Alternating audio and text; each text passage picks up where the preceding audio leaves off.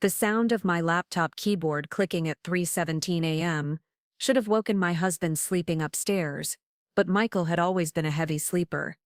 What he didn't know was that I wasn't working on my usual financial consulting reports. Instead, I was logged into his life insurance portal, systematically changing beneficiaries and policy details while the evidence of his searches still burned fresh in my memory. Screenshots of his browser history lay scattered across my desk like puzzle pieces forming a terrifying picture.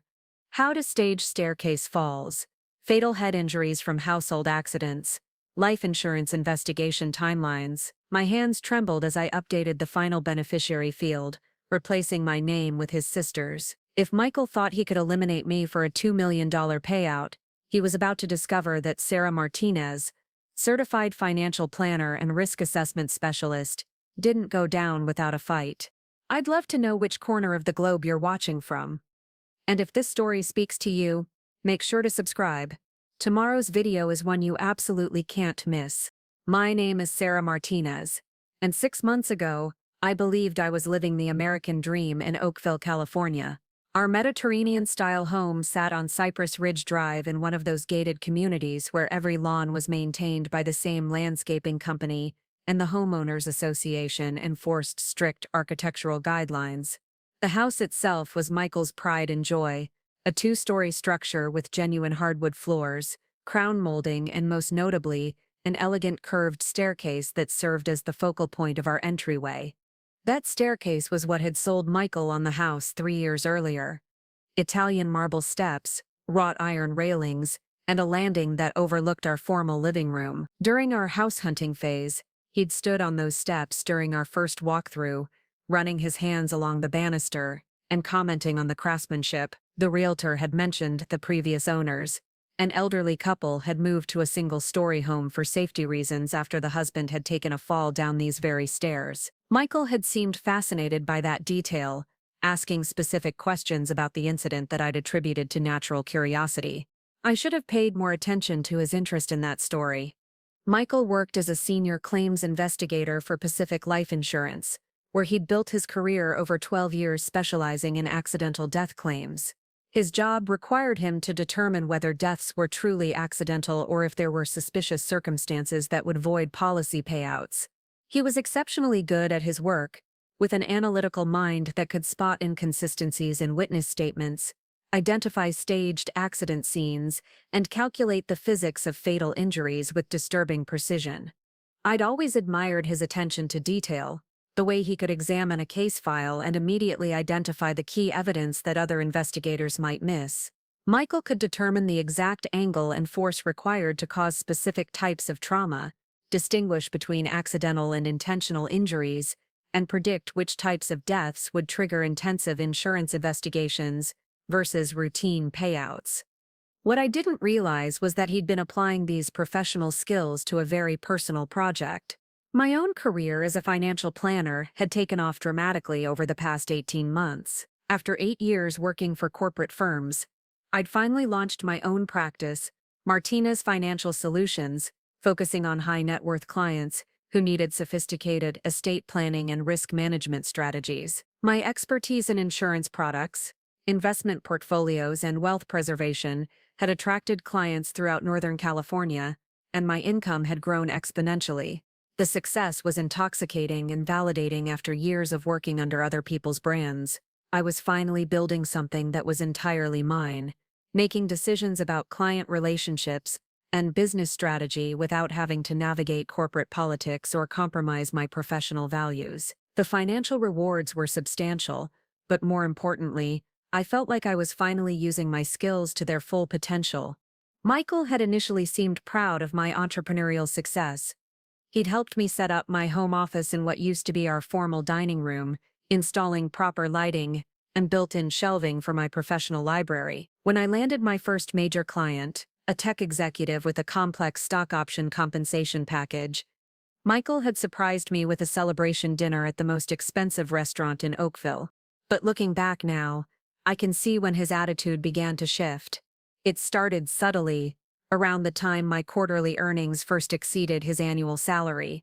Michael began making comments about my work schedule, suggesting that I was prioritizing clients over our marriage. He'd point out when I worked late or traveled for business, framing his concerns as worry about my well-being rather than criticism of my choices. The questions about my clients became more frequent and specific. Michael would ask about their financial situations, their family structures, and particularly their insurance coverage. As a claims investigator, he had legitimate professional interest in how different types of policies were structured, but his curiosity seemed to extend beyond casual conversation. He wanted details about premium amounts, beneficiary designations, and the specific circumstances that would trigger payouts. I began to notice that Michael was researching my clients independently, looking up their businesses and personal information online. When I questioned him about it, he explained that he was simply being protective, ensuring that I wasn't getting involved with people who might pose professional or personal risks. His explanations seemed reasonable, and I appreciated what I interpreted as his concern for my safety. The life insurance conversation had emerged naturally from my growing income and Michael's expertise in the insurance industry. We'd always carried modest coverage through our employers, but Michael argued that my increased earnings and business ownership created new financial risks that required more comprehensive protection. He presented detailed actuarial analyses showing how my death would impact our household income and suggested policy amounts that seemed excessive but were mathematically justified. Michael handled all the application paperwork himself, leveraging his industry connections to expedite the underwriting process and secure favorable rates. The final policy was for $2.2 million, with double indemnity clauses for accidental death that would bring the total payout to $4.4 million. I signed the documents trusting Michael's expertise, grateful that he was taking care of such a complex and morbid task. At the time, it felt like responsible financial planning. Now I understand it was the foundation for my elimination. Our marriage had always been built on complementary strengths. Michael was methodical and analytical, while I was creative and relationship-focused. He handled our household finances and insurance needs, while I managed our social calendar and family relationships. We rarely argued about major decisions because we developed a division of responsibilities that played to our individual expertise. But as my business grew and my financial independence increased, the dynamic began to change in ways that I initially attributed to normal growing pains. Michael became more controlling about household spending, questioning purchases I made for my business or personal needs. He started monitoring our joint accounts more closely, asking detailed questions about transactions that had never concerned him before. The physical intimacy in our marriage began to deteriorate around the same time. Michael became distant and mechanical, going through the motions of affection without any genuine warmth or connection. When I tried to discuss the changes I was noticing, he attributed everything to stress from his increasing caseload at Pacific Life. He was handling more complex investigations, he explained, with higher value policies and more sophisticated fraud attempts that required longer hours and more intensive analysis. I wanted to believe that explanation, so I convinced myself that we were experiencing a temporary rough patch that would resolve once Michael adjusted to his expanded responsibilities. I threw myself into my work, traveling more frequently for client meetings and expanding my practice into new service areas. The busier I became, the easier it was to ignore the growing distance in our marriage. Michael's behavior around our house became increasingly strange in ways that I didn't initially connect to any larger pattern. He developed an obsession with home safety, constantly pointing out potential hazards and suggesting improvements to prevent accidents. He researched security systems extensively, eventually installing cameras and motion sensors throughout our property that he claimed were necessary, given my higher profile as a business owner. A lot of love and effort went into bringing this story to life. If you're enjoying it, we'd be so grateful if you'd subscribe to our channel. Now, back to where we left off. But his focus seemed particularly concentrated on our staircase. Michael would comment on the marble steps being slippery, suggest that we needed better lighting for the stairway, and repeatedly mention how dangerous the curved design could be for someone unfamiliar with the layout. He installed additional handrails and non-slip strips, ostensibly for safety, but his intense focus on that specific area of our home felt disproportionate to any actual risk. Michael began working late, more frequently, claiming that his caseload required evening hours and weekend analysis. When he was home, he spent most of his time in his study, a converted bedroom on the second floor, where he handled both his professional work and our personal financial management. I rarely entered that space, respecting his need for a private workspace, just as he generally stayed out of my home office. The shift in Michael's personality became more pronounced over time, though the changes were gradual enough that I didn't recognize them as a cohesive pattern. He became more secretive about his work, less willing to discuss his cases or share the professional victories that had once been a source of pride for both of us. When I asked about his day or mentioned interesting aspects of my own work, his responses became perfunctory and distracted. Our social life began to contract as Michael became less interested in spending time with our friends or participating in community activities. He'd always been somewhat introverted, but he became almost reclusive, declining invitations and avoiding social situations that had previously been enjoyable for both of us. When we did attend social events, Michael to be studying our friends and neighbors rather than engaging with them naturally. The most disturbing change was in how Michael talked about other people. He'd always been analytical, but he began discussing our friends and family members like case subjects, commenting on their financial situations, their relationships, and their vulnerabilities in ways that felt cold and calculating. When I pointed out that his observations seemed harsh or inappropriate, he'd claim he was simply being realistic about human nature based on his professional experience with insurance fraud. Looking back, I realized that Michael was practicing. He was learning to view people, including me, as problems to be solved rather than individuals deserving of respect and empathy. Every conversation, every social interaction, every aspect of our daily life was becoming data that he could analyze and potentially exploit. The discovery that would change everything was still 3 months away, but the foundation for that revelation was being laid in these subtle shifts in Michael's behavior and priorities. I was building a successful business and expanding my professional reputation while unknowingly living with someone who was systematically planning to eliminate me for financial gain. The irony was that my expertise in risk assessment and financial planning, the very skills that had made me successful and financially independent, had also made me valuable enough to kill. Michael wasn't just my husband anymore. He was a predator who had identified me as his most profitable target. But he'd made one crucial miscalculation. He'd underestimated the very analytical skills that had made me attractive to him initially, and he'd failed to consider that someone who made a living managing other people's financial risks might eventually turn those skills toward examining her own situation. The woman he'd married had evolved into someone capable of seeing patterns, identifying inconsistencies, and taking decisive action to protect her interests. Michael had been so focused on studying me as a victim that he'd failed to recognize I was also becoming his greatest threat. 3 months before I would discover the truth about Michael's intentions, the first real warning sign appeared during what should have been a routine evening at home. I was in my office reviewing portfolio recommendations for a new client when I heard a loud crash from the main hallway, followed by Michael's voice calling my name with what sounded like genuine panic. I rushed out to find him sitting at the bottom of our marble staircase, his laptop scattered in pieces around him, papers from his briefcase strewn across the floor. His left ankle was clearly twisted at an unnatural angle, and there was a small cut on his forehead where he'd apparently struck the wrought iron railing during his fall. "What happened?" I asked, immediately moving to help him while simultaneously assessing whether we needed to call an ambulance. "I was coming downstairs to get some water and I must have missed the step," Michael said, his voice strained with pain. "The lighting up there is terrible. I've been telling you we need to fix those fixtures before someone gets seriously hurt." We spent the next 4 hours in the emergency room at Oakville General, where X-rays revealed a severe sprain but no fractures. The attending physician, Dr. Rebecca Chen, was thorough in her examination and asked detailed questions about how the fall had occurred. Michael described losing his footing on the curved section of the staircase, explaining that he'd been distracted by work documents and hadn't been paying attention to his steps.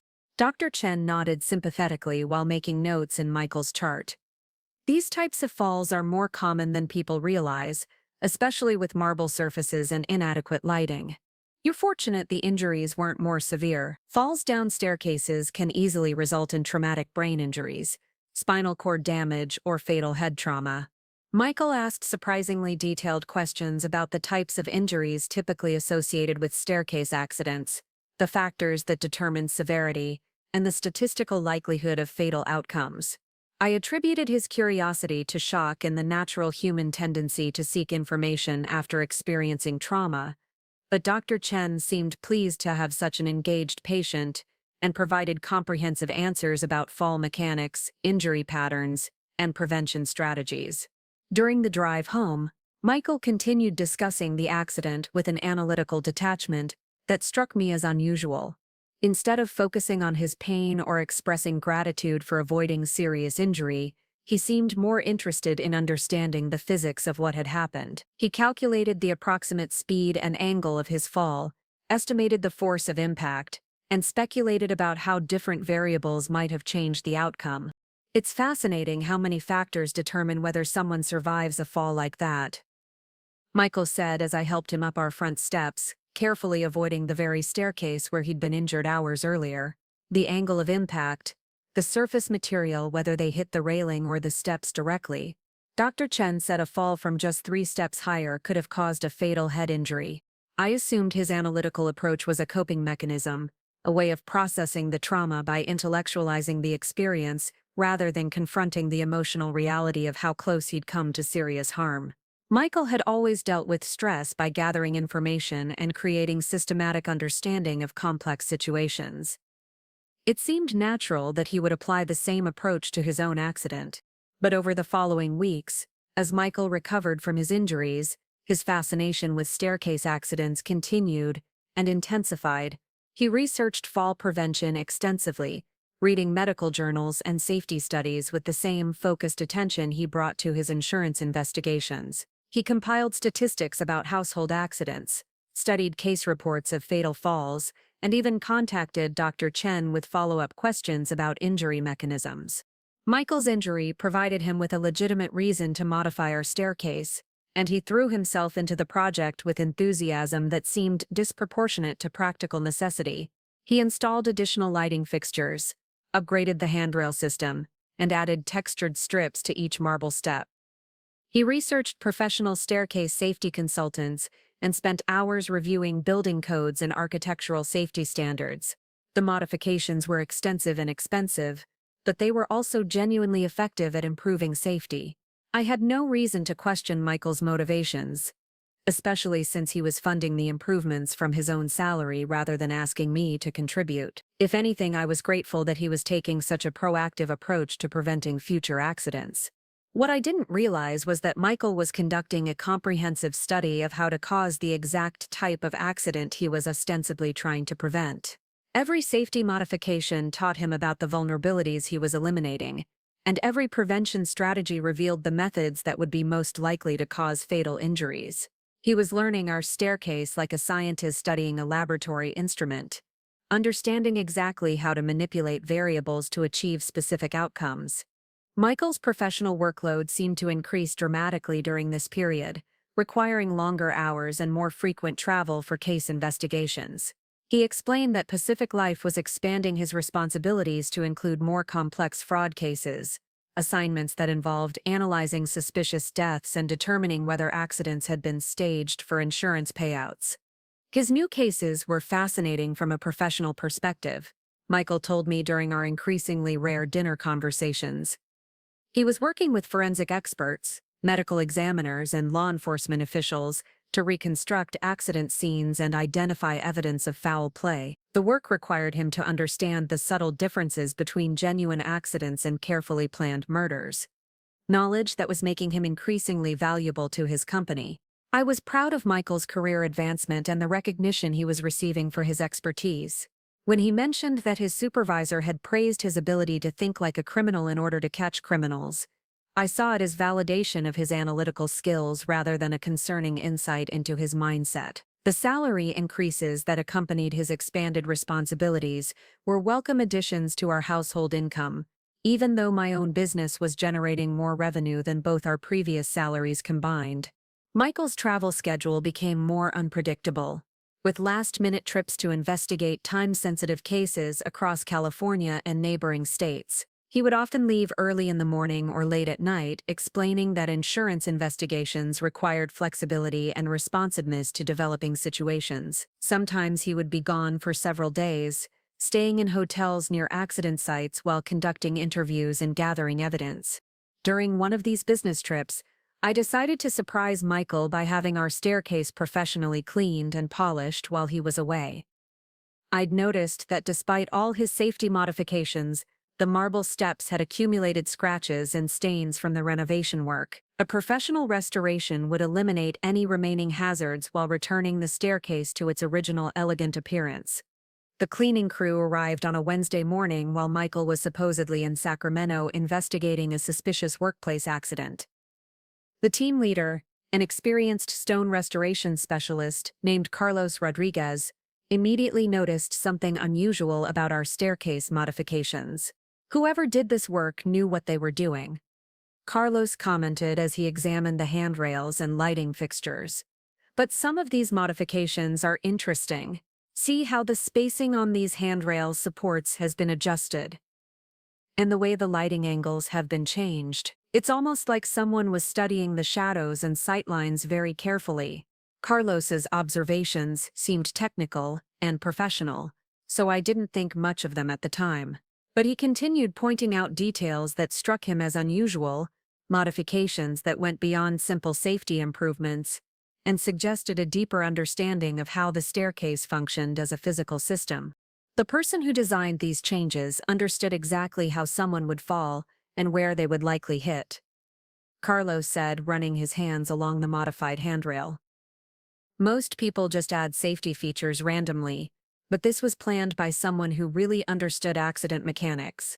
I mentioned that my husband was an insurance investigator who specialized in accident analysis, which seemed to satisfy Carlos's curiosity about the sophisticated nature of the modifications.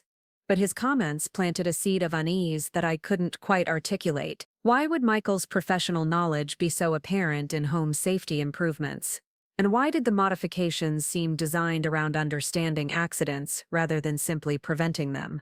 That evening, I found myself studying our staircase with new eyes, trying to see what Carlos had noticed. The modifications were indeed sophisticated, but they also created clear sightlines from multiple angles and eliminated potential obstacles that might interfere with someone falling in a specific pattern. Instead of making the staircase safer for regular use, the changes seemed designed to make accidents more predictable and controlled. I pushed these thoughts aside, convincing myself that I was overthinking Carlos's professional observations. Michael's expertise in accident investigation naturally influenced his approach to home safety, and his thoroughness was a positive trait rather than a cause for concern. I was grateful to be married to someone who took such careful precautions to protect our well-being. But the seed of doubt had been planted, and over the following days I found myself paying closer attention to Michael's behavior and comments. I began noticing patterns that I'd previously dismissed as quirks or professional habits, but now seemed potentially significant in ways I couldn't quite define. Michael had developed a habit of commenting on my daily routines, particularly my movements around our house. He would mention when I typically went upstairs to bed, when I usually came down for my morning coffee, and which route I took when carrying laundry or work materials between floors. His observations seemed caring and attentive, but they also demonstrated a level of surveillance that felt slightly intrusive. He also began asking more specific questions about my business travel schedule, wanting to know exact dates and times when I would be away from home. Michael claimed he was coordinating his own travel to minimize the time we spent apart, but his interest in the precise details of my itinerary seemed excessive for scheduling purposes. Most concerning was Michael's newfound interest in my evening work routine. I often stayed up late in my office, reviewing client portfolios and preparing presentations for the following day. Michael began commenting on how tired I looked when I finally came upstairs, suggesting that I was overworking and should prioritize sleep over business demands. "You're exhausted by the time you climb those stairs," Michael said one evening as I headed up to bed after a particularly long day. "I worry that you're going to lose your footing someday and end up like I did." or worse. His concern seemed genuine, but the frequency of these comments and his specific focus on my fatigue when using the staircase felt oddly persistent. Michael seemed to be studying my physical state and energy levels with the same analytical attention he brought to his professional investigations. I began to feel like I was being observed and catalogued rather than simply living in my own home. Every movement, every routine, every indication of tiredness or distraction became data that Michael seemed to be collecting and analyzing. The house that had once felt like a refuge from the demands of my growing business now felt like a laboratory where I was an unwitting subject in some undefined experiment. The breaking point came during what should have been a routine evening in late February. I was working in my office when I heard Michael moving around upstairs, apparently preparing for another business trip. I went up to say goodnight and found him standing on our bedroom balcony, which overlooked the main staircase and entryway below. Michael was holding a small notebook and appeared to be making measurements or calculations, focusing intently on the angles and distances between different points in our hallway. When he noticed me watching, he quickly closed the notebook and explained that he was evaluating whether we needed additional security lighting for the exterior of the house. But the balcony faced inward toward our staircase, not outward toward the street or driveway, and Michael's notebook, which I glimpsed briefly before he closed it, appeared to contain sketches and diagrams rather than simple notes about lighting fixtures. The explanation didn't match what I'd observed, and for the first time since we'd been married, I felt like Michael was deliberately lying to me about something significant. That night, after Michael left for his business trip, I lay awake thinking about all the small inconsistencies and strange behaviors I'd been noticing. Individually, each incident could be explained as professional curiosity, natural concern, or coincidental timing. But when considered together, they formed a pattern that made me deeply uncomfortable in ways I couldn't fully articulate. Something was wrong in my marriage, something beyond the natural growing pains of two successful careers and changing financial dynamics. Michael was studying me, analyzing my routines, and focusing on our staircase with an intensity that felt dangerous rather than protective. I needed to understand what was really happening, even if the truth turned out to be more disturbing than my growing suspicions. The breakthrough came 3 weeks after I'd seen Michael with his notebook on the balcony, during what was supposed to be another of his routine business trips to investigate a suspicious accident claim in Fresno. This time, however, I decided to do some investigating of my own. As a financial planner specializing in risk assessment, I developed certain habits around verifying information and cross-referencing data sources. These skills had made me successful in identifying inconsistencies in client portfolios and market projections, but I'd never applied them to my personal life. Michael's increasingly strange behavior had finally pushed me past the point where I could ignore my professional instincts.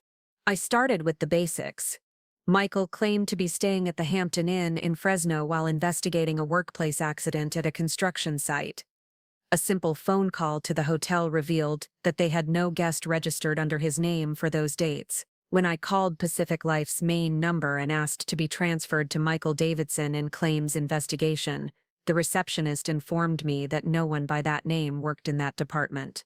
The discovery that Michael had lied about his business trip and possibly his entire job hit me like a physical blow. If he wasn't working for Pacific Life as a claims investigator, then what had he been doing during all those years of supposed career advancement? Where was he going during his frequent travels? And most importantly, what was the source of the salary increases that had contributed to our improved lifestyle? I needed answers, and I needed them quickly before Michael returned from wherever he actually was. My financial planning practice had taught me the importance of documentation and evidence, so I began systematically gathering information about Michael's activities, employment, and financial transactions. The first shock came when I accessed our joint banking accounts and credit card statements online.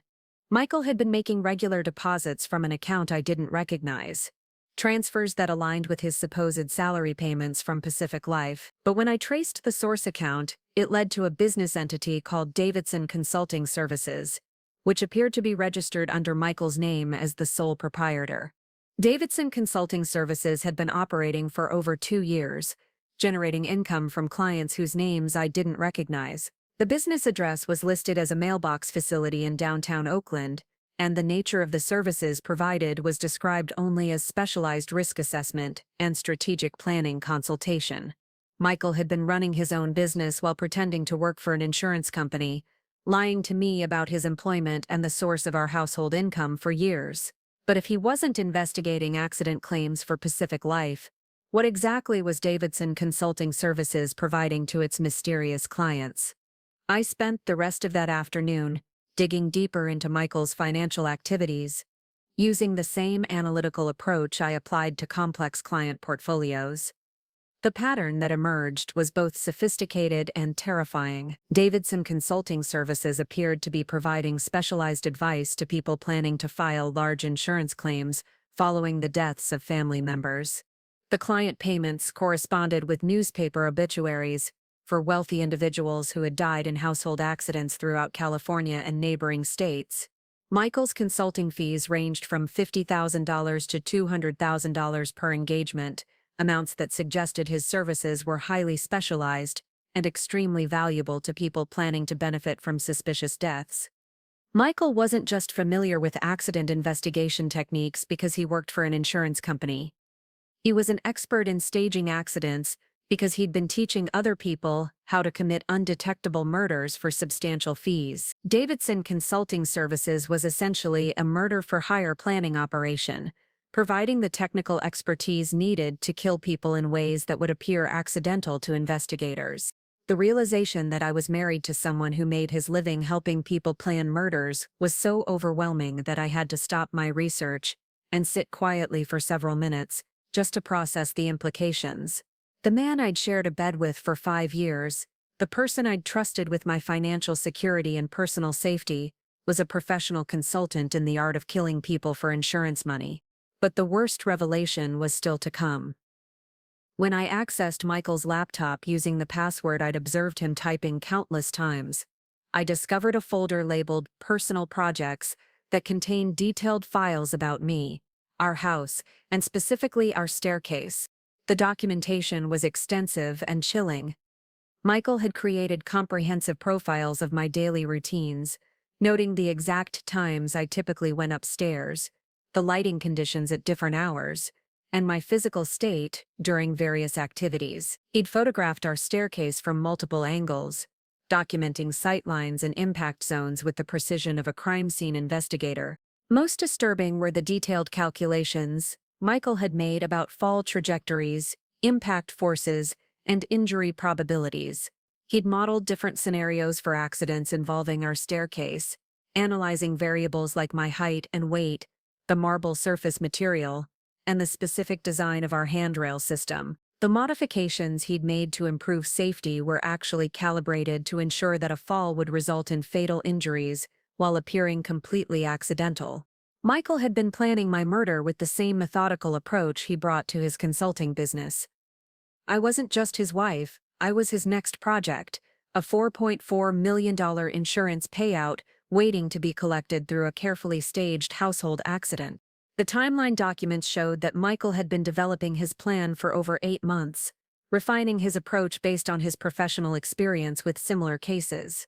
He'd studied insurance investigation procedures specifically as they related to accidental deaths, identifying the evidence patterns that would trigger suspicious reviews versus those that would result in routine payouts.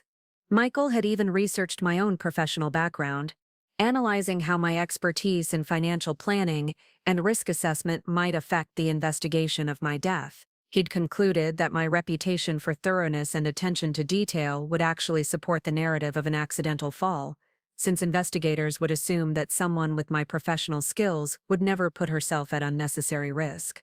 The level of premeditation was staggering. Michael had been treating my murder like a business plan, complete with contingency strategies, timeline milestones, and profit projections. He'd calculated the optimal timing for my death based on premium payment schedules and policy anniversary dates. He'd even planned how long he should wait after my death before relocating or making significant lifestyle changes. But perhaps the most terrifying aspect of Michael's planning was his backup strategy.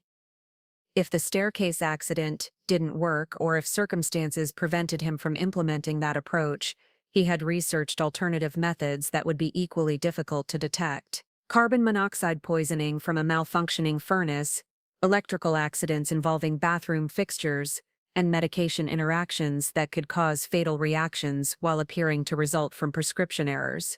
Michael had been studying me like a laboratory specimen, cataloging every vulnerability and potential method of elimination. The caring husband who worried about my long work hours and suggested I get more sleep had actually been calculating when I would be most likely to lose my footing on our marble stairs. The evidence was overwhelming, but I needed to be strategic about my response. Michael was clearly dangerous, with professional expertise in planning undetectable murders and access to a network of clients who had successfully eliminated people for insurance money. I couldn't simply confront him or go to the police without careful preparation, especially since his consulting business suggested connections to people who wouldn't hesitate to eliminate witnesses or threats to their operations. I began documenting everything I'd discovered, creating encrypted backups of Michael's files and financial records on secure drives that I could hide outside our house. My experience in forensic accounting for high-net-worth clients had taught me the importance of preserving evidence in ways that couldn't be altered or destroyed by the people being investigated. The irony wasn't lost on me that Michael's greatest mistake had been underestimating my professional capabilities. He'd been so on studying me as a potential victim that he'd failed to consider how my expertise in financial analysis and risk assessment would eventually lead me to uncover his deception. While Michael was away on his fake business trip, I used the time to gather additional intelligence about his activities and associates. Davidson Consulting Services had an extensive client history, and many of those clients had received substantial insurance payouts following the convenient deaths of family members. The pattern was clear enough to constitute a criminal conspiracy, but proving it would require cooperation from law enforcement agencies with jurisdiction over multiple states. I also discovered that Michael had been in contact with several people who appeared to be planning similar operations. His client communications revealed ongoing consultations with individuals seeking advice on eliminating spouses, business partners, and family members for financial gain. Michael wasn't just planning my murder, he was actively helping other people plan murders while refining his techniques based on their successes and failures. The scope of Michael's criminal activities extended far beyond what I'd initially imagined. He was running a sophisticated operation that provided technical expertise to people throughout the western United States who wanted to commit undetectable murders for financial gain. The fees he charged suggested that his services were highly effective, with clients willing to pay substantial amounts for his specialized knowledge. But Michael had made one crucial error in his planning. He'd been so confident in his ability to stage the perfect accident that he'd documented everything in digital formats that could be discovered and preserved by someone with the right skills and access. His professional arrogance had created the very evidence that would ultimately destroy him. As I prepared for Michael's return from his fabricated business trip, I realized that I was no longer dealing with a marriage problem or even a personal safety issue. I had uncovered evidence of a criminal enterprise that had likely resulted in multiple murders disguised as accidents. Michael wasn't just planning to kill me. He was an active serial killer who had found a way to monetize his expertise in staging deaths. The woman who had once trusted her husband completely now understood that she was living with one of the most dangerous criminals in California. But I also realized that my discovery of his operation might be the key to stopping not just my own murder, but the murders of other innocent people who had no idea they were being targeted by Michael's consulting clients. The next phase of this deadly game would require all of my professional skills and personal courage. I had to remain calm and maintain the appearance of normalcy while secretly gathering additional evidence and developing a strategy to expose Michael's crimes. One wrong move could trigger the very accident he'd been planning, but staying silent would mean allowing him to continue killing people for profit. Michael thought he was the predator in this situation, but he was about to discover that his intended victim had become his most dangerous adversary. The sound of Michael's car pulling into our driveway at 11:43 p.m. sent adrenaline coursing through my system, but I forced myself to remain calm and maintain the facade of normalcy. Over the past 3 days, while he'd been supposedly investigating an accident in Fresno, I'd transformed from an unsuspecting wife into someone conducting the most important investigation of my life. Now I had to convince him that nothing had changed while secretly gathering the additional evidence needed to expose his criminal enterprise. I greeted Michael at the door with what I hoped appeared to be genuine warmth, asking about his trip and expressing sympathy for his apparent exhaustion. He described a complicated case involving a construction worker who'd fallen from scaffolding, providing detailed technical explanations about the accident mechanics and insurance complications. His ability to fabricate such convincing lies while looking directly into my eyes was terrifying, but it also confirmed that everything I'd discovered about his true profession was accurate. The case is more complex than we initially thought, Michael said as he unpacked his suitcase, pulling out clothes that showed no signs of actual travel. There are inconsistencies in the witness statements, and some unusual evidence at the accident site. I might need to go back next week for additional investigation. I nodded sympathetically while mentally noting that Michael was already planning his next fake business trip. His supposed return to Fresno would likely coincide with another client consultation for Davidson Consulting Services, providing him with an alibi while he helped someone else plan a murder for insurance money. Over the following days, I carefully observed Michael's behavior while pretending to return to my normal routine. My new awareness of his true nature made every interaction feel like a performance, but it also revealed patterns I'd previously missed. Michael's questions about my schedule weren't casual conversation, they were intelligence gathering for operational planning. His suggestions about my work habits weren't concern for my well-being, they were attempts to manipulate my behavior in ways that would facilitate his murder plan. Most disturbing was realizing how Michael had been conditioning me to accept certain routines that would make his planned accident more likely to succeed. His comments about my late-night work sessions and suggestions that I should go to bed earlier weren't random observations. He'd been trying to establish a pattern where I would be tired and less alert when climbing the stairs, increasing the probability that a staged accident would appear genuine to investigators. Michael had also been subtly encouraging me to work alone in the evenings, suggesting that he didn't want to disturb my concentration by watching television or listening to music in nearby rooms. What I'd interpreted as thoughtful consideration was actually strategic isolation, ensuring that I would be alone and vulnerable when he decided to implement his plan. The insurance policy modifications became clearer in this new context as well. Michael had convinced me to increase our coverage by framing it as responsible financial planning, but the specific terms he'd negotiated were designed to maximize his payout while minimizing the likelihood of investigation. The double indemnity clause for accidental death wasn't just generous coverage, it was the core profit motive for my elimination. I began conducting my own surveillance of Michael's activities, using techniques I'd learned from corporate investigations involving financial fraud and embezzlement. My experience with forensic accounting had taught me how to track money flows and identify hidden assets, skills that proved invaluable in mapping Michael's criminal network. Davidson Consulting Services had been operating for longer than I'd initially realized, with client relationships extending back nearly 4 years. Michael had been building his murder-for-hire consultancy, gradually, starting with small cases and expanding his services as he refined his techniques and developed his reputation within the criminal community. The financial records revealed a sophisticated operation with multiple revenue streams. In addition to consultation fees for planning accidents, Michael charged additional amounts for ongoing support during insurance investigations and premium services for cases involving particularly wealthy victims or complex family dynamics. He'd even developed a referral system, paying existing clients for introducing new customers to his services. Most chilling was discovering that Michael had been studying successful cases from his legitimate insurance investigation background, using real accident reports to develop templates for staged deaths. He'd essentially been conducting graduate-level research in murder techniques while working for Pacific Life, building expertise that he then monetized through his private consulting practice. The client communications revealed that Michael's services extended beyond simple technical advice.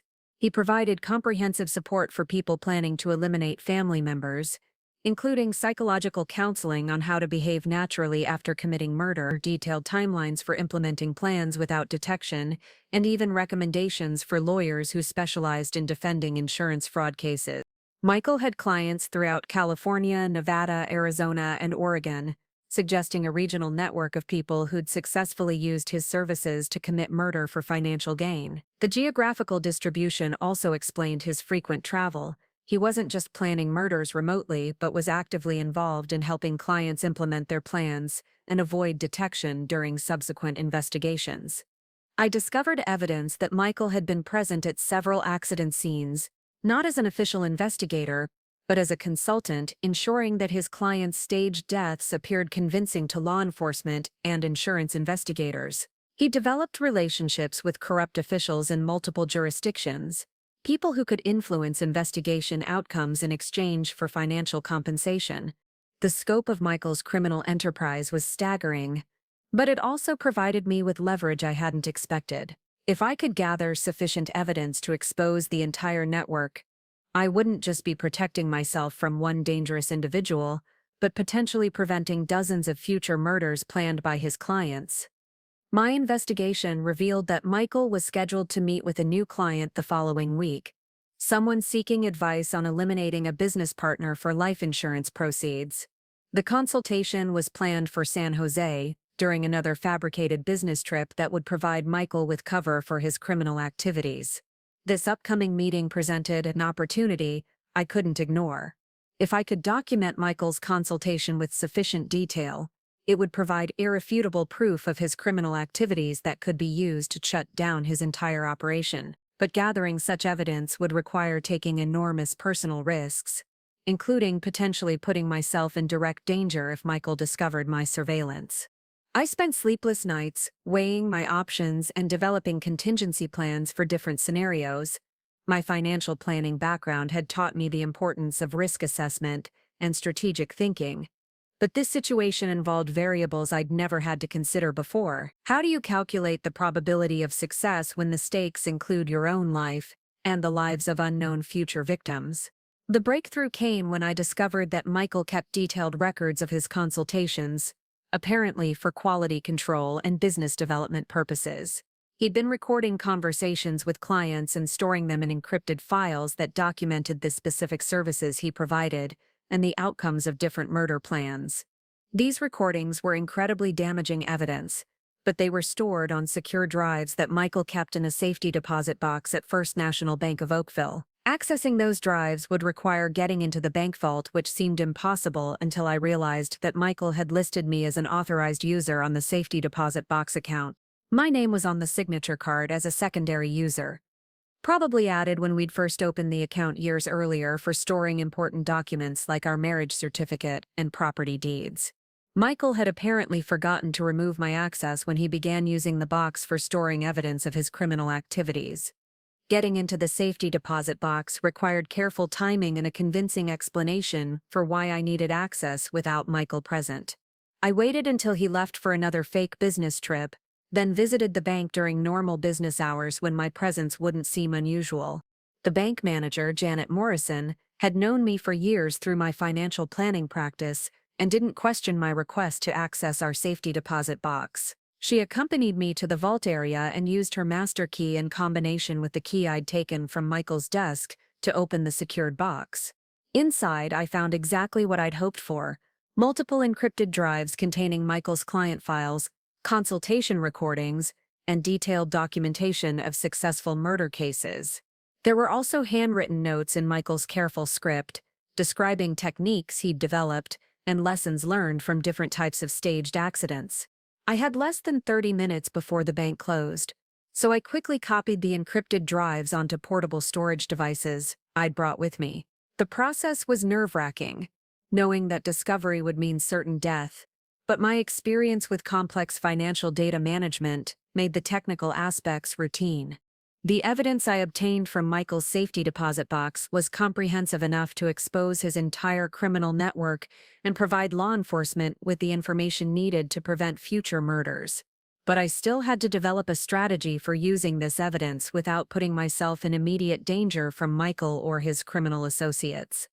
Michael's consultation recordings revealed that several of his clients were planning to eliminate family members within the next few months. I had information that could save innocent lives, but only if I could get it to the appropriate authorities quickly and safely. The woman who'd once trusted her husband's professional expertise now possessed evidence that would destroy him and potentially save dozens of innocent lives. But I also knew that Michael would kill me without hesitation if he discovered my investigation. The next phase would require perfect execution of a plan that would either result in justice being served or my own carefully staged accident. The predator was about to discover that his intended victim had become someone far more dangerous than he'd ever imagined. But the final confrontation was still ahead, and Michael's expertise in planning undetectable murders meant that any mistake on my part could be fatal. The encrypted files from Michael's safety deposit box contained enough evidence to destroy dozens of lives, but decrypting them required skills I didn't possess. Fortunately, my financial planning practice had introduced me to various technical experts over the years, including Elena Rodriguez, a cybersecurity consultant who specialized in forensic data recovery for corporate fraud investigations. Elena operated her business from a secure facility in downtown San Francisco, far enough from Oakville to minimize the risk that Michael might discover my activities. When I called to request an emergency consultation, I explained that I'd discovered evidence of financial crimes that could involve multiple victims, which was technically accurate without revealing the full scope of what I'd uncovered. The encryption on these drives is military grade, Elena said after examining the storage devices in her lab. Whoever created these files understood advanced security protocols. This level of protection suggests the information is extremely sensitive, probably criminal in nature. Elena's assessment confirmed my suspicions about Michael's technical sophistication. He hadn't just been planning murders, he'd been protecting his operation with the same level of security used by intelligence agencies and international criminal organizations. How long will it take to decrypt the files? I asked, knowing that Michael would eventually notice the missing drives if he accessed his safety deposit box. With the equipment I have here, probably 48 to 72 hours for complete decryption. But I can give you partial access to some files within 24 hours, enough to understand the general content and structure. I agreed to the expedited timeline, even though it meant leaving the drives with Elena overnight and trusting someone outside my immediate control with evidence that could determine whether I lived or died. But the alternative was trying to use encrypted files as evidence, which would be impossible without professional decryption. While Elena worked on the technical aspects of accessing Michael's files, I focused on developing a comprehensive strategy for exposing his criminal network while protecting myself from retaliation. My experience in financial planning had taught me the importance of contingency planning and risk management, skills that proved essential when the stakes involved life and death. The first priority was establishing contact with law enforcement officials who had the authority and expertise to investigate a multi-state murder conspiracy. Michael's clients were distributed across 4 states, which meant the case would likely require federal involvement through agencies like the FBI or DEA. I researched the appropriate contacts within federal law enforcement, eventually identifying Special Agent Patricia Wells from the FBI's Financial Crimes Division in San Francisco. Agent Wells specialized in insurance fraud cases and had extensive experience with criminal conspiracies involving multiple jurisdictions. My initial contact with Agent Wells was carefully structured to provide enough information to generate interest without revealing details that could compromise the investigation if Michael had connections within law enforcement. I explained that I'd discovered evidence of a murder-for-hire operation that used insurance fraud as its primary profit mechanism, targeting wealthy individuals throughout the western United States. "Ma'am, these are very serious allegations," Agent Wells said during our first phone conversation. "I'll need to see substantial evidence before we can initiate a federal investigation. Can you provide documentation that supports your claims?" I arranged to meet Agent Wells at the FBI field office in San Francisco, timing the appointment to coincide with Elena's completion of the initial file decryption. If the evidence was as comprehensive as I hoped, it would be sufficient to launch an immediate investigation that could protect not just me but Michael's other intended victims. The decrypted files exceeded my worst expectations about the scope of Michael's criminal activities. Elena had recovered detailed consultation records dating back 4 years, documenting over 60 successful murders disguised as accidents. Each case file included client profiles, victim information, payment records, and post-incident analysis of investigation outcomes. Michael had been running one of the most sophisticated murder-for-hire operations in American criminal history, with clients ranging from discontented spouses to business partners seeking to eliminate competition. His consultation fees had generated over $4.2 million in revenue, making him one of the highest-earning criminal consultants in the country.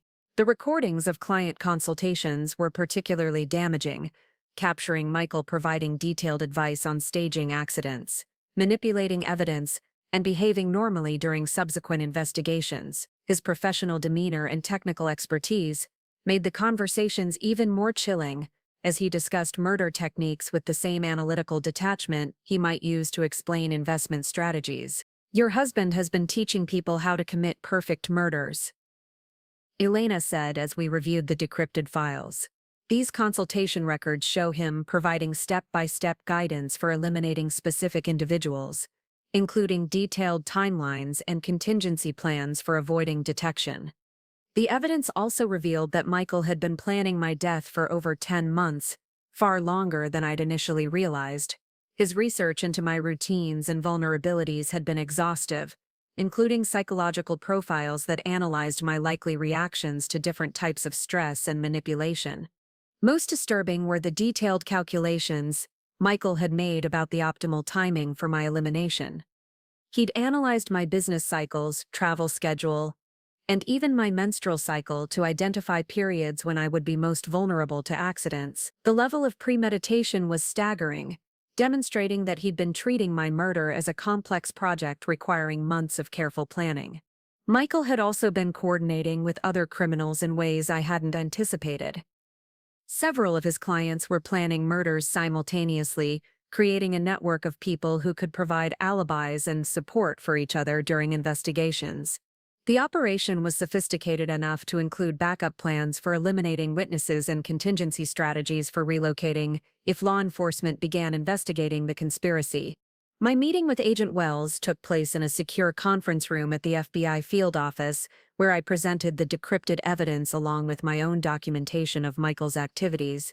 The agent's reaction was immediate and professional, but I could see the shock in her expression as she reviewed the scope of the criminal enterprise. "This is one of the most comprehensive murder-for-hire operations we've ever encountered," Agent Wells said after examining the consultation records. "Your husband has essentially been running a graduate school for aspiring murderers, teaching them techniques that have resulted in dozens of deaths across multiple states." Agent Wells explained that the federal investigation would require extensive coordination with local law enforcement agencies in 4 states, as well as cooperation from insurance companies that had paid out policies related to Michael's clients. The complexity of the case meant that arrests and prosecutions could take months to coordinate properly. "What about my immediate safety?" I asked. "Michael is planning to kill me within the next few weeks, and if he discovers that I've exposed his operation, he'll accelerate his timeline. We can offer you protective custody, but that would require relocating immediately and potentially compromising the investigation. Alternatively, we can provide surveillance and support while you maintain your normal routine, but that involves significant personal risk."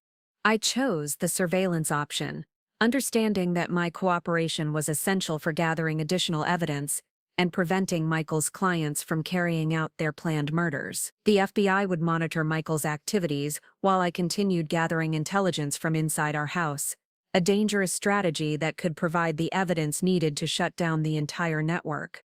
Agent Wells equipped me with recording devices and communication equipment that would allow me to document Michael's activities while maintaining contact with the investigation team. The technology was sophisticated enough to transmit real-time audio and video to FBI monitoring stations, ensuring that agents could respond immediately if Michael became violent. The psychological preparation for this phase of the investigation was more challenging than the technical aspects. I had to return and interact normally with someone I knew was planning to murder me, maintaining the facade of our marriage while secretly gathering evidence that would send him to prison for life. Dr. Jennifer Huang, the FBI's consulting psychologist, helped me understand the mental techniques needed to interact with Michael without revealing my knowledge of his crimes. The training focused on controlling my emotional responses and maintaining consistent behavior patterns that wouldn't trigger his suspicions. Your husband is an expert at reading people and identifying changes in behavior that might indicate deception, Dr. Huang explained during our preparation sessions. He's been studying you for months, cataloging your normal reactions and responses. Any deviation from your established patterns could alert him that something has changed. The most difficult aspect was learning to suppress my emotional reactions to Michael's manipulation and lies. Knowing that his expressions of concern were actually surveillance, and that his suggestions about my safety were designed to facilitate my murder, created a constant underlying rage that I had to carefully control. Remember that your anger is justified and appropriate, Dr. Huang said. But expressing it prematurely could cost you your life and prevent us from stopping the other murders he's planning. Channel that anger into determination to see justice served for all of his victims.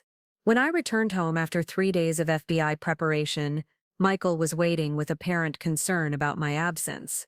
I explained that I'd been attending a professional development conference in San Francisco, providing documentation that the FBI had created to support my cover story. I was worried when you didn't return my calls, Michael said, studying my face carefully. You seemed distracted before you left, and I wanted to make sure everything was okay with your business. His concern appeared genuine, but I now understood that Michael was constantly evaluating my emotional state and looking for vulnerabilities he could exploit. Every conversation was an intelligence-gathering session designed to refine his understanding of my psychology and behavior patterns. I'm sorry I was out of touch, I replied, forcing myself to maintain normal eye contact and vocal patterns. The conference was more intensive than I expected, and I was exhausted every evening, but I learned some valuable techniques for risk assessment that should help with my client portfolios. Michael's interest in my professional activities had always seemed supportive, but now I recognized it as research for his criminal planning. He wanted to understand my work schedule, travel patterns, and stress levels because they were variables in his murder equation. Over the following days, I documented Michael's routine while FBI agents maintained surveillance from outside our house.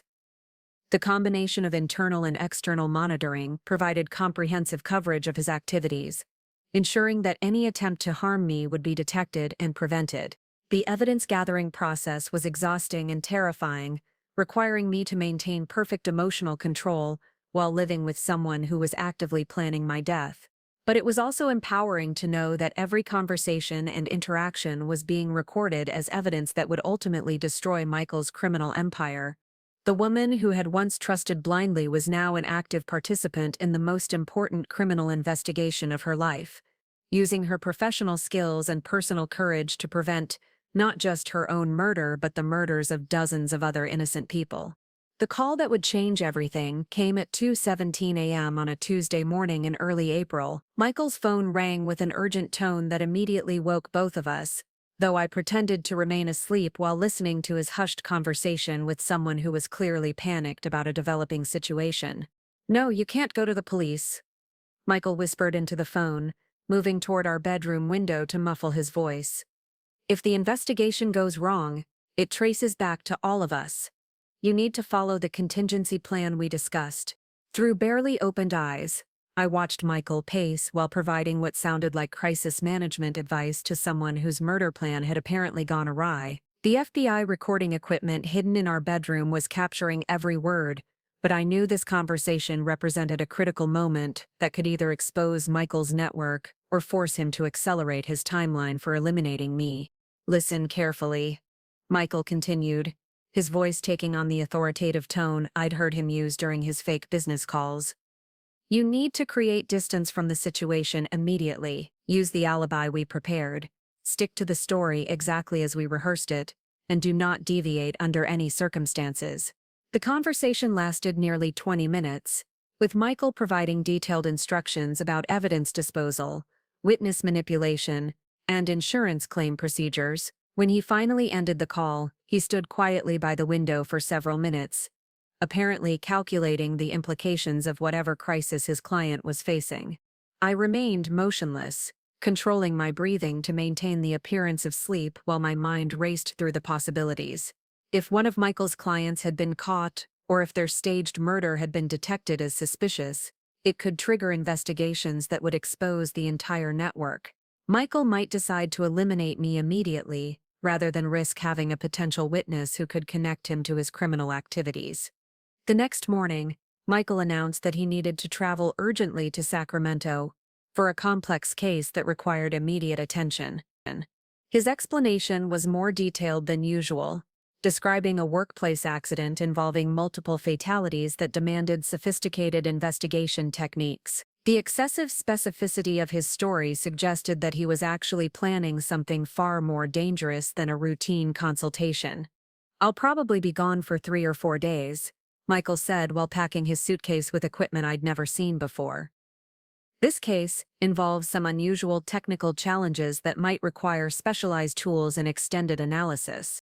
I nodded sympathetically while mentally noting that Michael was preparing for activities that went beyond his normal consulting services. The equipment he was packing included items that looked more suited for creating accidents than investigating them, suggesting that he might be planning to personally implement a murder rather than simply providing advice. After Michael left for his supposed business trip, I immediately contacted Agent Wells to report the overnight phone call and Michael's suspicious departure. The FBI had been monitoring our house externally, but they hadn't detected the late-night conversation that could indicate an escalation in the criminal network's activities. The timing suggests that one of his clients may have made a mistake that threatens the entire operation. Agent Wells explained during our emergency meeting at a secure location in Oakland. If Michael is traveling to handle damage control personally, it means the situation is critical enough to risk exposing himself to additional investigation. Agent Wells revealed that the FBI had been tracking several of Michael's clients based on the evidence I'd provided, and one of them, a businessman named Robert Chen in Sacramento, had recently filed a suspicious life insurance claim following his wife's death in a household accident. The timing of Robert's claim coincided perfectly with Michael's emergency trip, suggesting that the crisis call had come from someone whose murder plan was under scrutiny. "We have an opportunity to catch Michael in the act of providing criminal consultation," Agent Wells said, "but it will require you to take additional risks by helping us monitor his activities remotely." The FBI had developed a plan to intercept Michael's consultation with Robert Chen, using surveillance equipment to record their meeting and gather evidence of active conspiracy to commit insurance fraud. But the operation required real-time intelligence about Michael's location and activities, information that could only be provided by someone with access to his communications and schedule. I agreed to monitor Michael's phone and computer activities while he was away, using remote access techniques that Agent Wells' technical team had developed. The process involved installing monitoring software on devices Michael had left at home, then tracking his communications and location data through secure FBI channels. The technical setup was more complex than I'd anticipated, requiring me to access Michael's home computer and install software that would remain undetected while transmitting real-time data to FBI monitoring stations. If Michael discovered the monitoring software, he would know immediately that his criminal activities had been exposed and would likely return home to eliminate me before fleeing. Installing the monitoring software required several hours of careful work, following detailed instructions from FBI technical specialists, while maintaining constant communication with Agent Wells' team. The process was nerve-wracking, knowing that any mistake could trigger alerts that would reveal my activities to Michael. But the installation was successful, and within hours I was receiving real-time updates about Michael's activities in Sacramento. The monitoring data confirmed that he was meeting with Robert Chen to provide damage control advice, following the suspicious investigation of his wife's death. Michael's phone conversations revealed that Robert's staged accident hadn't been as convincing as planned, with insurance investigators asking detailed questions about the circumstances of his wife's death. Michael was providing guidance on how to handle the investigation, coaching Robert on responses that would deflect suspicion and create alternative explanations for suspicious evidence. "The key is consistency and emotional authenticity," Michael told Robert during one recorded conversation. "Insurance investigators are trained to detect deception, But they're also human beings who respond to genuine emotion. You need to project grief and confusion rather than defensiveness or calculation. The recordings captured Michael providing specific instructions about evidence manipulation, witness preparation, and insurance claim documentation. He was essentially teaching Robert how to lie convincingly to investigators while maintaining the appearance of being a grieving widower rather than a calculating murderer. But the most disturbing revelation came when Michael began discussing contingency plans for eliminating potential witnesses if the investigation became too intensive. Robert's wife had confided in her sister about marital problems before her death, creating a potential source of information that could undermine Robert's credibility with investigators. Witness elimination needs to appear completely unrelated to the original incident, Michael explained during a conversation that made my blood run cold. If Robert's sister-in-law suffers an accident within the next few months, it could draw connections that would destroy our entire operation. Michael was advising Robert to murder his wife's sister to prevent her from providing information that might expose their conspiracy. The casual way he discussed eliminating innocent people demonstrated that his criminal activities had escalated far beyond insurance fraud into a systematic approach to maintaining criminal enterprises through violence. The FBI monitoring team was recording all of these conversations, gathering evidence that would support federal charges for conspiracy to commit murder, insurance fraud, and racketeering, but they were also learning about planned murders that could be prevented only through immediate intervention. Agent Wells contacted me with an urgent update about the developing situation. We have enough evidence to arrest Michael and Robert, but we've also learned about immediate threats to other potential victims. We need to coordinate arrests across multiple locations simultaneously to prevent anyone from being harmed. The FBI was planning a coordinated operation that would arrest Michael in Sacramento while simultaneously taking Robert Chen into custody and providing protection for his wife's sister. Additional arrests would be made throughout California and neighboring states, targeting other clients whose communications had been intercepted through Michael's network. But the operation also required my continued cooperation in monitoring Michael's activities and maintaining my cover until the arrests could be coordinated. If Michael suspected that his network was being investigated, he might warn other clients or attempt to eliminate witnesses, including me. We need you to maintain normal contact with Michael while he's in Sacramento, Agent Wells explained. If he notices any changes in your behavior or communication patterns, it could alert him that something is wrong. I spent the next 2 days maintaining carefully scripted phone conversations with Michael, while FBI agents coordinated the largest criminal conspiracy takedown in the region's history. The conversations required perfect emotional control, expressing appropriate concern about his work while avoiding any indication that I knew about his criminal activities. Michael's suspicions were apparently increasing. As the investigation of Robert Chen's case intensified, his phone calls became shorter and more guarded, suggesting that he was beginning to worry about potential exposure of his consulting network.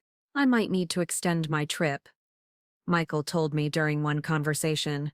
This case is more complicated than we initially thought, and there are some additional issues that need to be resolved before I can return home. His mention of extending the trip suggested that Michael was considering more extreme measures to protect his criminal enterprise. If he decided that the risks were too great, he might choose to eliminate Robert Chen and flee rather than risk exposure through continued investigation.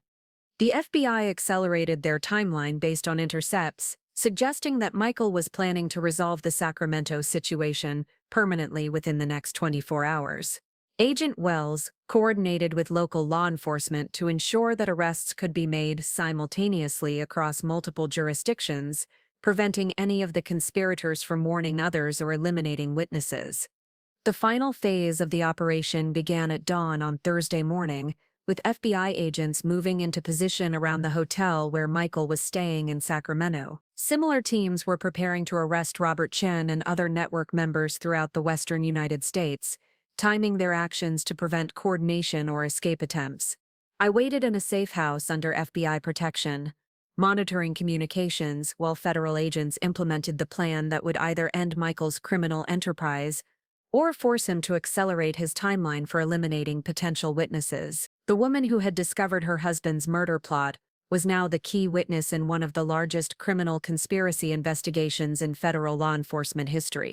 But Michael had survived years of criminal activity by being paranoid and strategic, and he wasn't going to surrender without attempting to protect his operation through any means necessary. The final confrontation was about to begin, and despite all of our preparation and evidence gathering, the outcome was far from certain.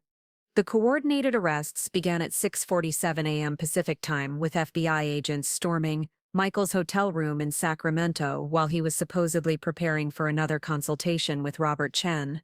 Agent Wells maintained constant communication with me from the safe house, providing real-time updates as federal teams executed warrants across 4 states simultaneously.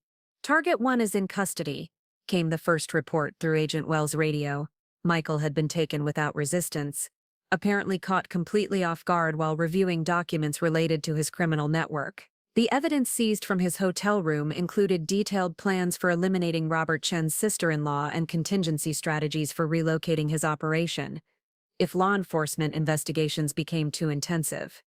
Within 30 minutes, similar reports came in from field teams throughout the western United States. Robert Chen was arrested at his Sacramento home while attempting to dispose of evidence related to his wife's murder. Additional targets in Nevada, Arizona, and Oregon were taken into custody before they could warn other network members or eliminate potential witnesses. The scope of the operation was staggering, with federal agents arresting 17 people connected to Michael's murder-for-hire consultancy. Each arrest yielded additional evidence of the sophisticated criminal enterprise that had operated undetected for nearly 4 years, generating millions of dollars in revenue while causing the deaths of over 60 innocent people. "We've seized financial records showing that your husband's network generated approximately $4.8 million in consultation fees," Agent Wells explained, as we reviewed the preliminary arrest reports. "The evidence includes detailed documentation of successful murders, ongoing criminal conspiracies, and plans for future eliminations that we've now prevented." The most shocking discovery came when agents searched Michael's primary safe deposit box at a different bank, one I hadn't known existed. Inside, they found what appeared to be trophies from successful cases, personal items taken from victims, photographs of accident scenes, and detailed analysis reports describing the effectiveness of different murder techniques. Michael had been treating his victims like laboratory subjects, studying the outcomes of staged accidents to refine his methods and improve the success rate of future consultations. The trophy collection demonstrated a level of psychological pathology that went far beyond financial motivation, suggesting that he derived personal satisfaction from the suffering he helped orchestrate. The evidence seized during the coordinated arrests painted a picture of the most sophisticated murder-for-hire operation in modern American criminal history. Michael hadn't just been providing technical advice. He'd been running a comprehensive criminal enterprise that included training programs for aspiring killers, ongoing support during investigations, and even psychological counseling for clients struggling with guilt after committing murder. His client network included professionals from various industries who had eliminated spouses, business partners, family members, and even employees for financial gain. The geographical distribution of cases had prevented law enforcement agencies from recognizing the pattern, allowing Michael's operation to expand for years without detection. Agent Wells arranged for me to observe Michael's initial interrogation through a one-way window at the FBI field office in Sacramento. Seeing him in federal custody wearing orange jail clothing and restraints provided a sense of closure that I hadn't expected. The man who had planned my death with clinical detachment now looked diminished and powerless, stripped of the charm and authority that had made him so dangerous. Michael's interrogation strategy became immediately apparent. He claimed that Davidson Consulting Services was a legitimate business providing academic research on accident prevention, and that any appearance of criminal activity resulted from misinterpretation of theoretical discussions with clients. His explanations were sophisticated and carefully crafted, demonstrating the same analytical intelligence that had made his criminal enterprise so successful. "Mr. Davidson, we have recordings of you providing specific instructions for staging murders disguised as accidents," Special Agent Martinez said during the interrogation. These aren't theoretical discussions about safety research. They're detailed consultations about how to kill people without being detected. Michael's response was chilling in its calculated precision. Agent Martinez, I think you'll find that my conversations with clients focused on understanding how accidents occur, not on causing them. If my research into accident mechanics was misapplied by people with criminal intentions, that's unfortunate, but it doesn't make me responsible for their actions. Even facing overwhelming evidence of his crimes, Michael continued attempting to manipulate the situation through careful language and plausible alternative explanations. His ability to maintain composure while discussing mass murder demonstrated the psychological detachment that had enabled him to plan my death while sharing a bed with me every night. The federal prosecutors assigned to the case, led by Assistant United States Attorney David Park, explained that Michael would face charges under the Racketeer Influenced and Corrupt Organizations Act, which carried potential sentences of life imprisonment without parole. The evidence was sufficient to prove that he had operated a continuing criminal enterprise designed to facilitate murder for financial gain. Your husband's operation meets every element of federal racketeering law, Attorney Park explained during our meeting to discuss my testimony. We have documentation of an ongoing criminal organization, evidence of multiple murders committed for financial gain, and proof that he directed and coordinated the activities of numerous co-conspirators. The prosecution strategy would focus on the systematic nature of Michael's crimes, demonstrating that he had created a business model around helping people commit undetectable murders. My testimony would be crucial in establishing the personal dimension of his planning, showing how he had applied his professional techniques to his own intended victim. Preparing to testify against Michael required extensive psychological counseling to help me process the trauma of learning that someone I'd loved and trusted had been systematically planning my elimination. Dr. Elizabeth Torres, a specialist in trauma recovery for crime victims, helped me understand that my survival and the exposure of Michael's network represented a victory that extended far beyond my personal situation. You saved not just your own life, but the lives of dozens of people who would have been murdered by Michael's clients over the coming years.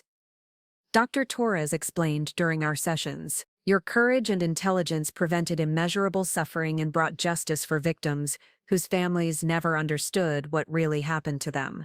The trial preparation process revealed additional details about Michael's criminal activities that were almost too disturbing to comprehend.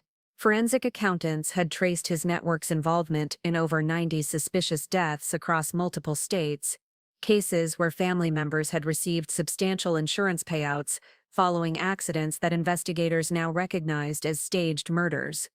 Michael's consultation fees had been structured as percentages of insurance payouts, creating a direct financial incentive for him to help clients maximize their claims through more convincing staging techniques.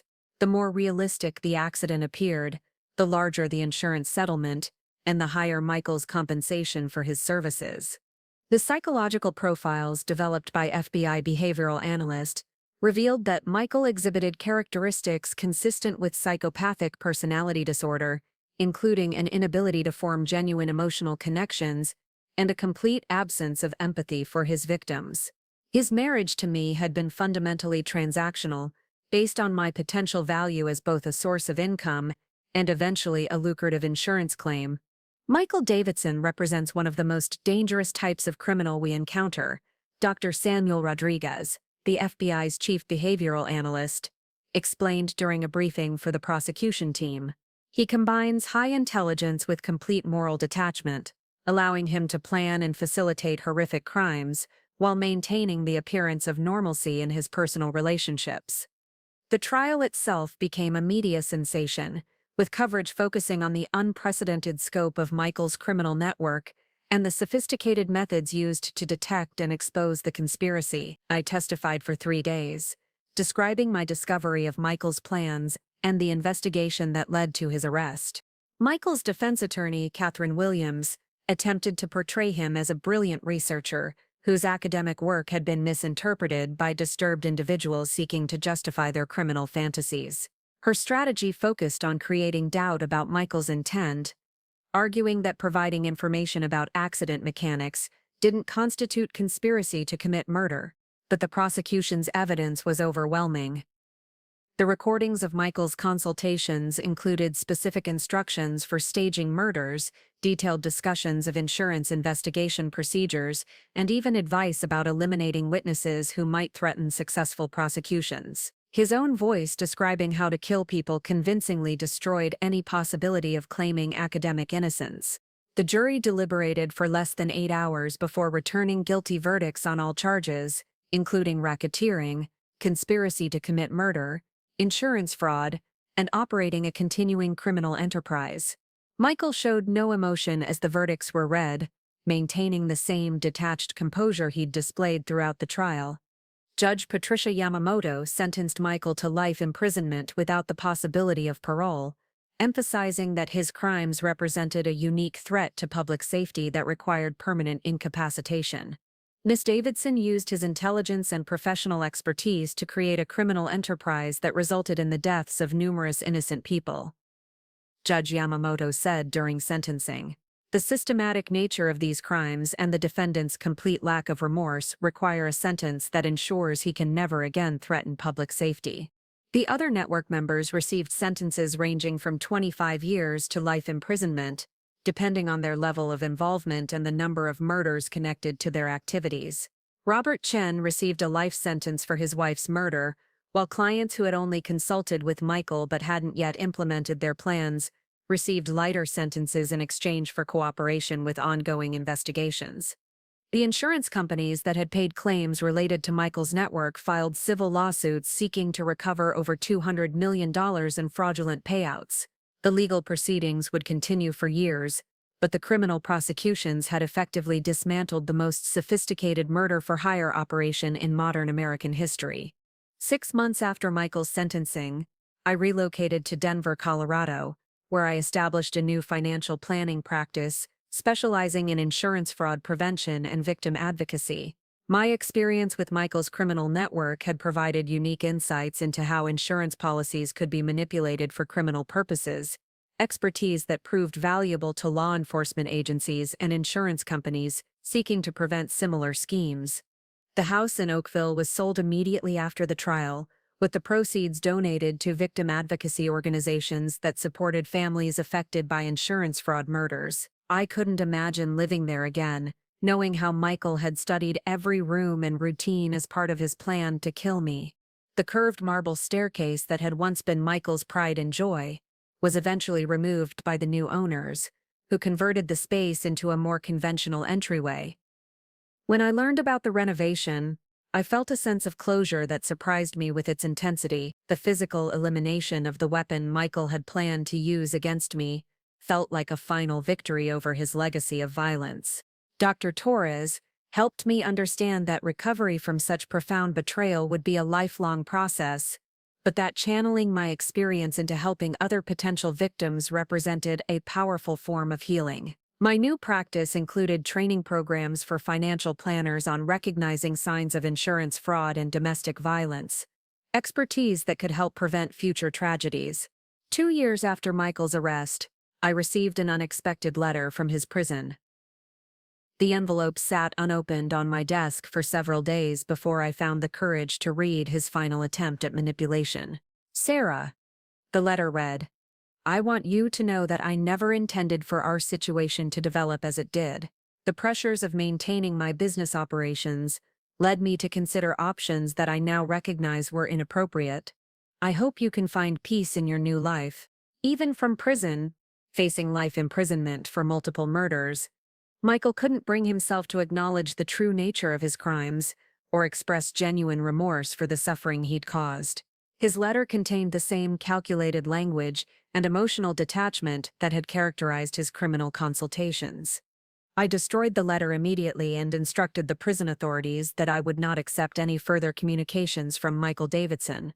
The man who had planned my death for insurance money would spend the rest of his life in federal prison, but he would never again have the opportunity to manipulate or threaten anyone I cared about.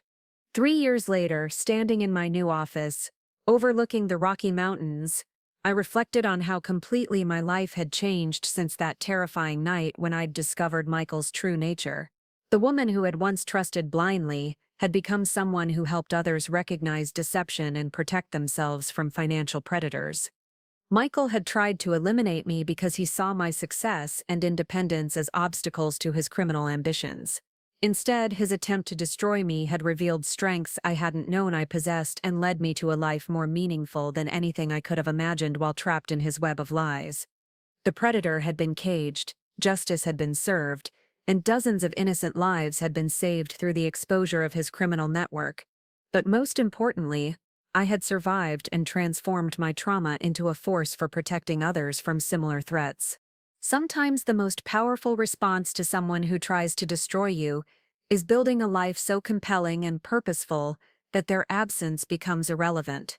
Michael Davidson had planned my death, but ultimately, he had given me the motivation to truly live. The ripple effects of exposing Michael's network continued for years beyond his imprisonment. Federal investigators used the evidence from his operation to reopen cold cases across multiple states, identifying additional victims whose deaths had been misclassified as accidents. Families who had grieved for years without understanding the truth behind their loved ones' deaths finally received answers, though the knowledge often brought fresh pain along awaited closure. Detective Maria Santos from the Los Angeles Police Department contacted me 18 months after the trial to discuss a case that had haunted her for nearly 5 years. An elderly businessman named William Chen had died in what appeared to be a slip-and-fall accident in his luxury home, but Detective Santos had always suspected foul play due to inconsistencies in the evidence and witness statements.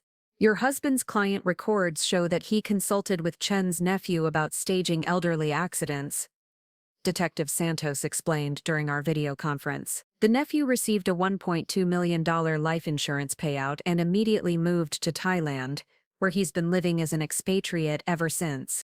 The Chen case was one of dozens that were reopened based on Michael's consultation records, each representing a family whose tragedy had been orchestrated for financial gain. Working with these families became an unexpected extension of my victim advocacy work, helping them navigate the complex emotions of learning that their loved ones had been murdered by people they trusted. The psychological impact of these revelations was often devastating for surviving family members. Children discovered that their parents had been killed by siblings seeking inheritance money.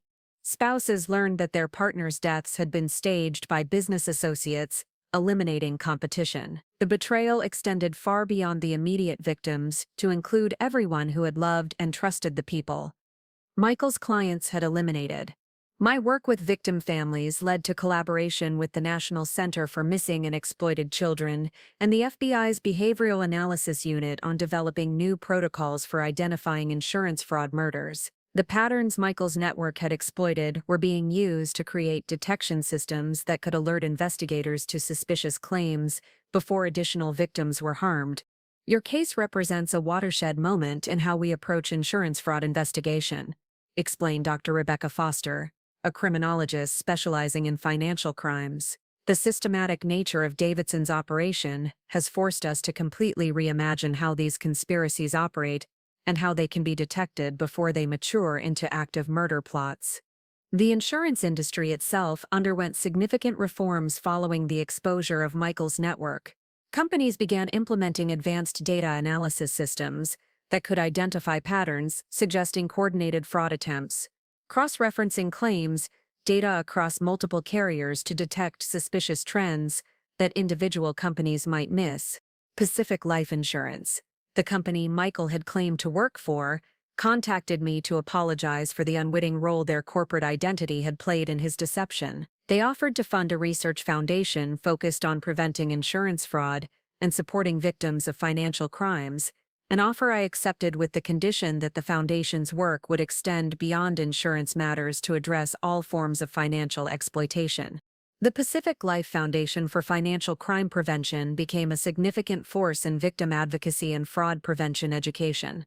We developed training programs for financial professionals, law enforcement officers, and insurance investigators that helped them recognize the warning signs of systematic fraud operations, like Michael's network. One of our most successful initiatives was a confidential reporting system that allowed people to report suspicious behavior by family members or associates without triggering immediate investigations. The system provided a way for people with concerns about potential financial crimes to seek guidance and support before situations escalated to violence. We've received over 3,000 reports through the confidential system, explained Jennifer Walsh, the Foundation's executive director, during our third annual board meeting. Approximately 400 of those reports led to investigations that prevented potential murders or exposed ongoing fraud schemes. The early intervention approach has proven remarkably effective at saving lives.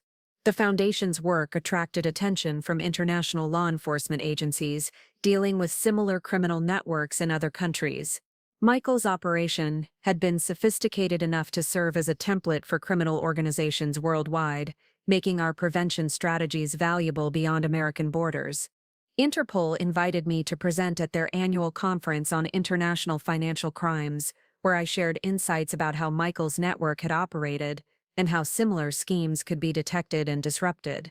The presentation led to consulting opportunities with law enforcement agencies in Canada, the United Kingdom, and Australia, each dealing with their own versions of murder-for-hire insurance fraud. The Davidson case has become a textbook example of how individual cases can reveal much larger criminal patterns, said Inspector James Morrison from Scotland Yard during our collaboration on a similar case in London. Your experience has helped us identify and stop operations that we might never have recognized without understanding how these networks function. My personal healing journey continued alongside the professional satisfaction of helping other victims and preventing future crimes. Doc Torres and I maintained our therapeutic relationship even after my relocation to Denver, conducting sessions via video conference that allowed me to process new revelations about Michael's crimes as investigations continued. The most difficult aspect of long-term recovery was accepting that I might never fully understand how someone I'd loved could have been capable of such systematic evil.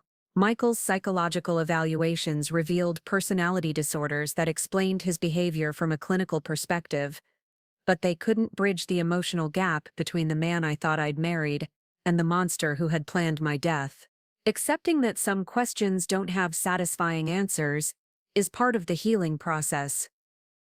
Dr. Torres explained during one of our sessions, "You may never understand how Michael justified his actions to himself, but you don't need that understanding to move forward with your life." 5 years after Michael's arrest, I met David Chen, a fellow financial planner who had lost his sister to one of Michael's clients. David's sister had been murdered by her husband for life insurance money, using techniques Michael had provided during a consultation that we'd discovered in the seized records.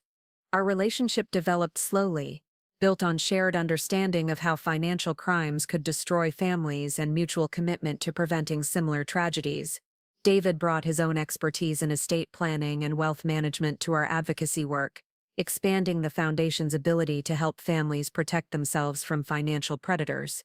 What we've built together represents something positive emerging from terrible loss, David said during our wedding ceremony 3 years later. Both of our families were destroyed by financial crimes, but our response has been to create systems that protect other families from similar harm. Our marriage was fundamentally different from my relationship with Michael, based on complete transparency and shared values rather than manipulation and deception. David knew everything about my experience with Michael's criminal network, and I was equally informed about his family's tragedy and how it had shaped his professional focus. The Foundation's work continued expanding, eventually operating in 15 states with partnerships connecting us to victim advocacy organizations, law enforcement agencies, and insurance companies throughout the country. Our prevention programs had documented success in identifying and stopping potential insurance fraud murders before they could be implemented. The Davidson Foundation has become the gold standard for financial crime prevention, wrote investigative journalist Amanda Foster in a comprehensive article about our work published in Forbes magazine. What began as one woman's discovery of her husband's murder plot has evolved into a national movement that has saved hundreds of lives.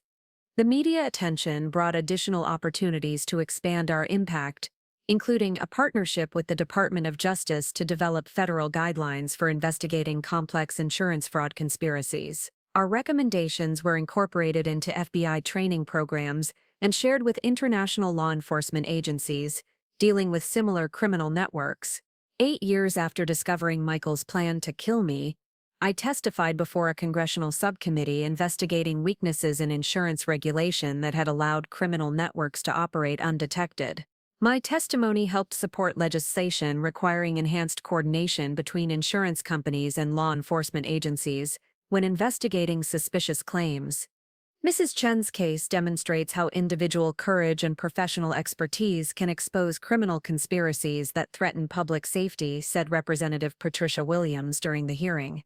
Her work has prevented immeasurable suffering and created systems that will protect future generations from financial predators. Michael remained in federal prison, his appeals exhausted and his life sentence confirmed by every court that reviewed his case. Occasionally, journalists would seek interviews with him for true crime documentaries or magazine articles, but he had apparently decided that continued public attention might interfere with whatever schemes he was developing within the prison system. Davidson has been disciplined multiple times for attempting to provide criminal consultation to other inmates, reported prison warden Robert Martinez during a victim notification call. He seems incapable of abandoning his criminal mindset, even when facing life imprisonment. The knowledge that Michael continued attempting to facilitate crimes from prison was disturbing, but not surprising.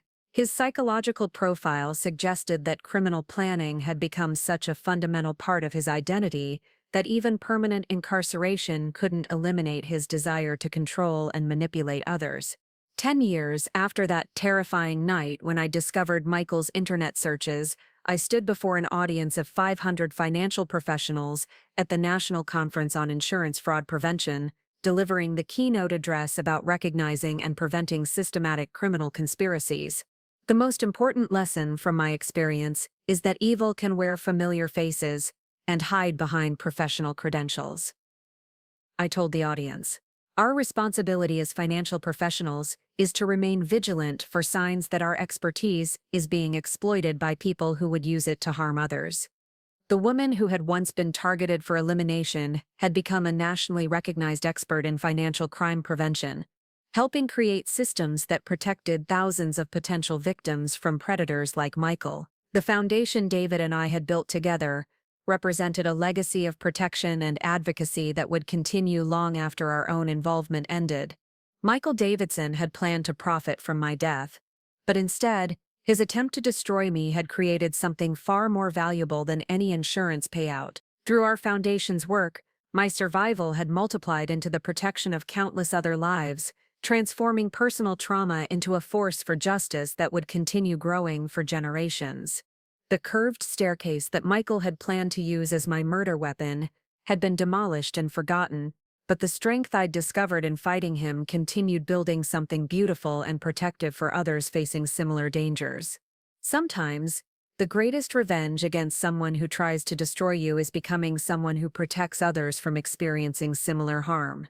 The technological aspects of our prevention work evolved significantly as artificial intelligence and machine learning capabilities expanded.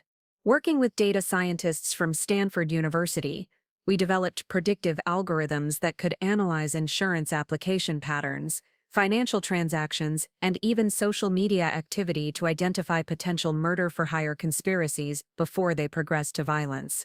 Dr. Kevin Zung, our lead technology consultant, explained the breakthrough during a presentation to the Foundation Board. The patterns Davidson's network established are now being used to train AI systems that can detect similar conspiracies in real time. We're essentially teaching computers to think like financial crime investigators. The AI system, which we named Project Guardian, had identified over 200 suspicious insurance applications within its first year of operation. Follow-up investigations by law enforcement partners confirmed that 78 of these applications were connected to active murder plots, resulting in arrests that prevented dozens of potential homicides. Project Guardian represents the next evolution in proactive crime prevention, said FBI Director Sarah Thompson during the system's official launch ceremony. Instead of investigating murders after they occur, we're now preventing them from happening in the first place. The success of Project Guardian attracted funding from technology giants like Google and Microsoft, who provided cloud computing resources and AI expertise to expand the system's capabilities. The collaboration between Silicon Valley innovation and traditional law enforcement created unprecedented opportunities for preventing financial crimes on a national scale. My personal involvement in these technological developments required returning to school to understand the complex algorithms and data analysis techniques that powered our prevention systems. At age 38, I enrolled in a master's program in data science at the University of Colorado, combining evening classes with my foundation work and family responsibilities. Sarah's commitment to understanding every aspect of crime prevention technology demonstrates the thoroughness that made her such an effective investigator, said Professor Linda Martinez, who supervised my graduate research on predictive modeling for financial crimes.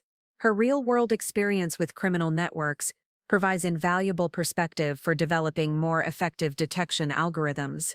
My master's thesis focused on developing psychological profiles of insurance fraud conspirators, using Michael's network as a case study for understanding how seemingly normal professionals could evolve into systematic killers. The research required reviewing thousands of pages of court documents, psychological evaluations, and prison interviews to identify common characteristics among people who commit murder for financial gain. The findings were disturbing but valuable for prevention efforts. Most insurance fraud murderers shared certain personality traits: above-average intelligence, professional success in analytical fields, and an ability to compartmentalize emotions that allowed them to plan violence while maintaining normal social relationships. Understanding the psychology behind these crimes helps us develop better screening tools for identifying potential perpetrators, explained Dr. Robert Kim, a forensic psychologist who collaborated on the research. Martinez's work has created the most comprehensive profile of insurance fraud murderers ever developed. The psychological research led to partnerships with university criminal justice programs across the country, establishing scholarship funds for students studying financial crime prevention. These scholarships were specifically designed to attract diverse candidates who could bring different perspectives to understanding and preventing complex criminal conspiracies. Our foundation's educational initiatives expanded beyond professional training to include public awareness campaigns that helped ordinary citizens recognize signs of financial exploitation within their own families. The campaigns used social media, community workshops, and partnerships with local organizations to reach people who might never encounter traditional law enforcement resources. Financial predators often target family members because trust makes victims less likely to recognize manipulation, explained Dr. Catherine Brooks, our Director of Public Education. Teaching people to identify early warning signs of financial exploitation can prevent situations from escalating to violence. The community education programs proved especially effective in rural areas where access to sophisticated financial services was limited, but insurance fraud schemes were increasingly common. We developed mobile education units that traveled to small towns and agricultural communities, providing training that helped local leaders identify and report suspicious financial activities. One particularly successful program focused on protecting elderly residents from family members who might view them as insurance fraud targets. Working with senior centers and retirement communities, we created support networks that helped older adults recognize signs of financial manipulation and seek help before situations became dangerous. The Foundation's Elder Protection Program has documented over 300 cases where potential victims were identified and protected before they could be harmed, reported Jessica Williams, our Rural Outreach Coordinator. These interventions have saved lives while preserving family relationships that might have been destroyed by criminal exploitation. The international expansion of our work required navigating complex legal and cultural differences between countries, with varying approaches to financial regulation and law enforcement. Each new partnership required adapting our prevention strategies to local conditions, while maintaining the core principles that had proven effective in American contexts. Our collaboration with Canadian authorities proved particularly fruitful, as they were dealing with cross-border insurance fraud schemes that exploited differences between American and Canadian regulatory systems. Criminals would establish insurance policies in one country, while planning murders in another, making coordination between agencies essential for effective prevention. The Martinez Foundation's expertise has been invaluable in helping us understand how sophisticated fraud networks operate across international boundaries, said Inspector Rachel Johnson from the Royal Canadian Mounted Police. Their prevention strategies have been adapted for use throughout Canada with remarkable success. Similar partnerships developed with European Union agencies, Australian Federal Police, and law enforcement organizations in Japan and South Korea. Each collaboration contributed new insights about cultural factors that influenced financial crime patterns, while expanding our understanding of how prevention strategies could be adapted for different social contexts. The most challenging international project involved working with authorities in countries where corruption and weak institutions made traditional law enforcement approaches ineffective.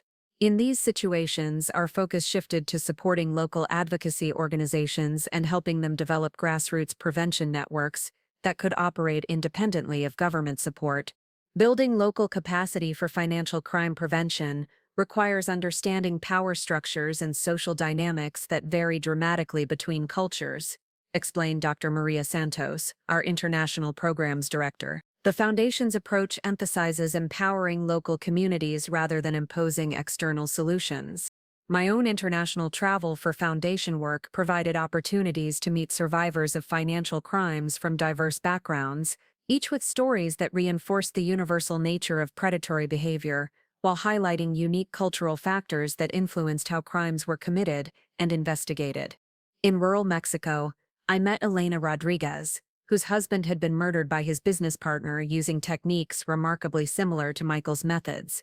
Elena had spent years fighting corruption in local law enforcement to get justice for her husband's death, eventually succeeding in exposing a network of criminals who had been operating with official protection. Your Foundation's work gives hope to people like me who thought justice was impossible, Elena said during our meeting in Mexico City. Knowing that criminals like your husband can be stopped encourages us to keep fighting even when the system seems designed to protect predators. In London, I worked with the family of James Morrison, a wealthy businessman whose wife had staged his death in a household accident that bore striking resemblances to the methods Michael had taught his clients. The Morrison case had been solved using investigative techniques our Foundation had helped develop, demonstrating how lessons learned from one criminal network could prevent similar crimes worldwide. The emotional impact of meeting so many victims and survivors never diminished, but it reinforced my commitment to expanding our prevention efforts regardless of personal cost. Each story represented lives that could have been saved if effective prevention systems had existed earlier. Motivation that sustained me through the most challenging aspects of Foundation work. David's support was crucial during the emotionally demanding periods when international travel exposed me to particularly disturbing cases or when media attention brought unwanted reminders of my own experience with Michael. Our marriage had become a partnership in every sense, with both personal and professional dimensions that strengthened our individual contributions to the Foundation's mission. Working together on something this important has deepened our relationship in ways that wouldn't have been possible if we'd focused only on personal happiness, David reflected during our 5th wedding anniversary celebration. Building something meaningful together has created a bond that goes beyond traditional romantic partnership.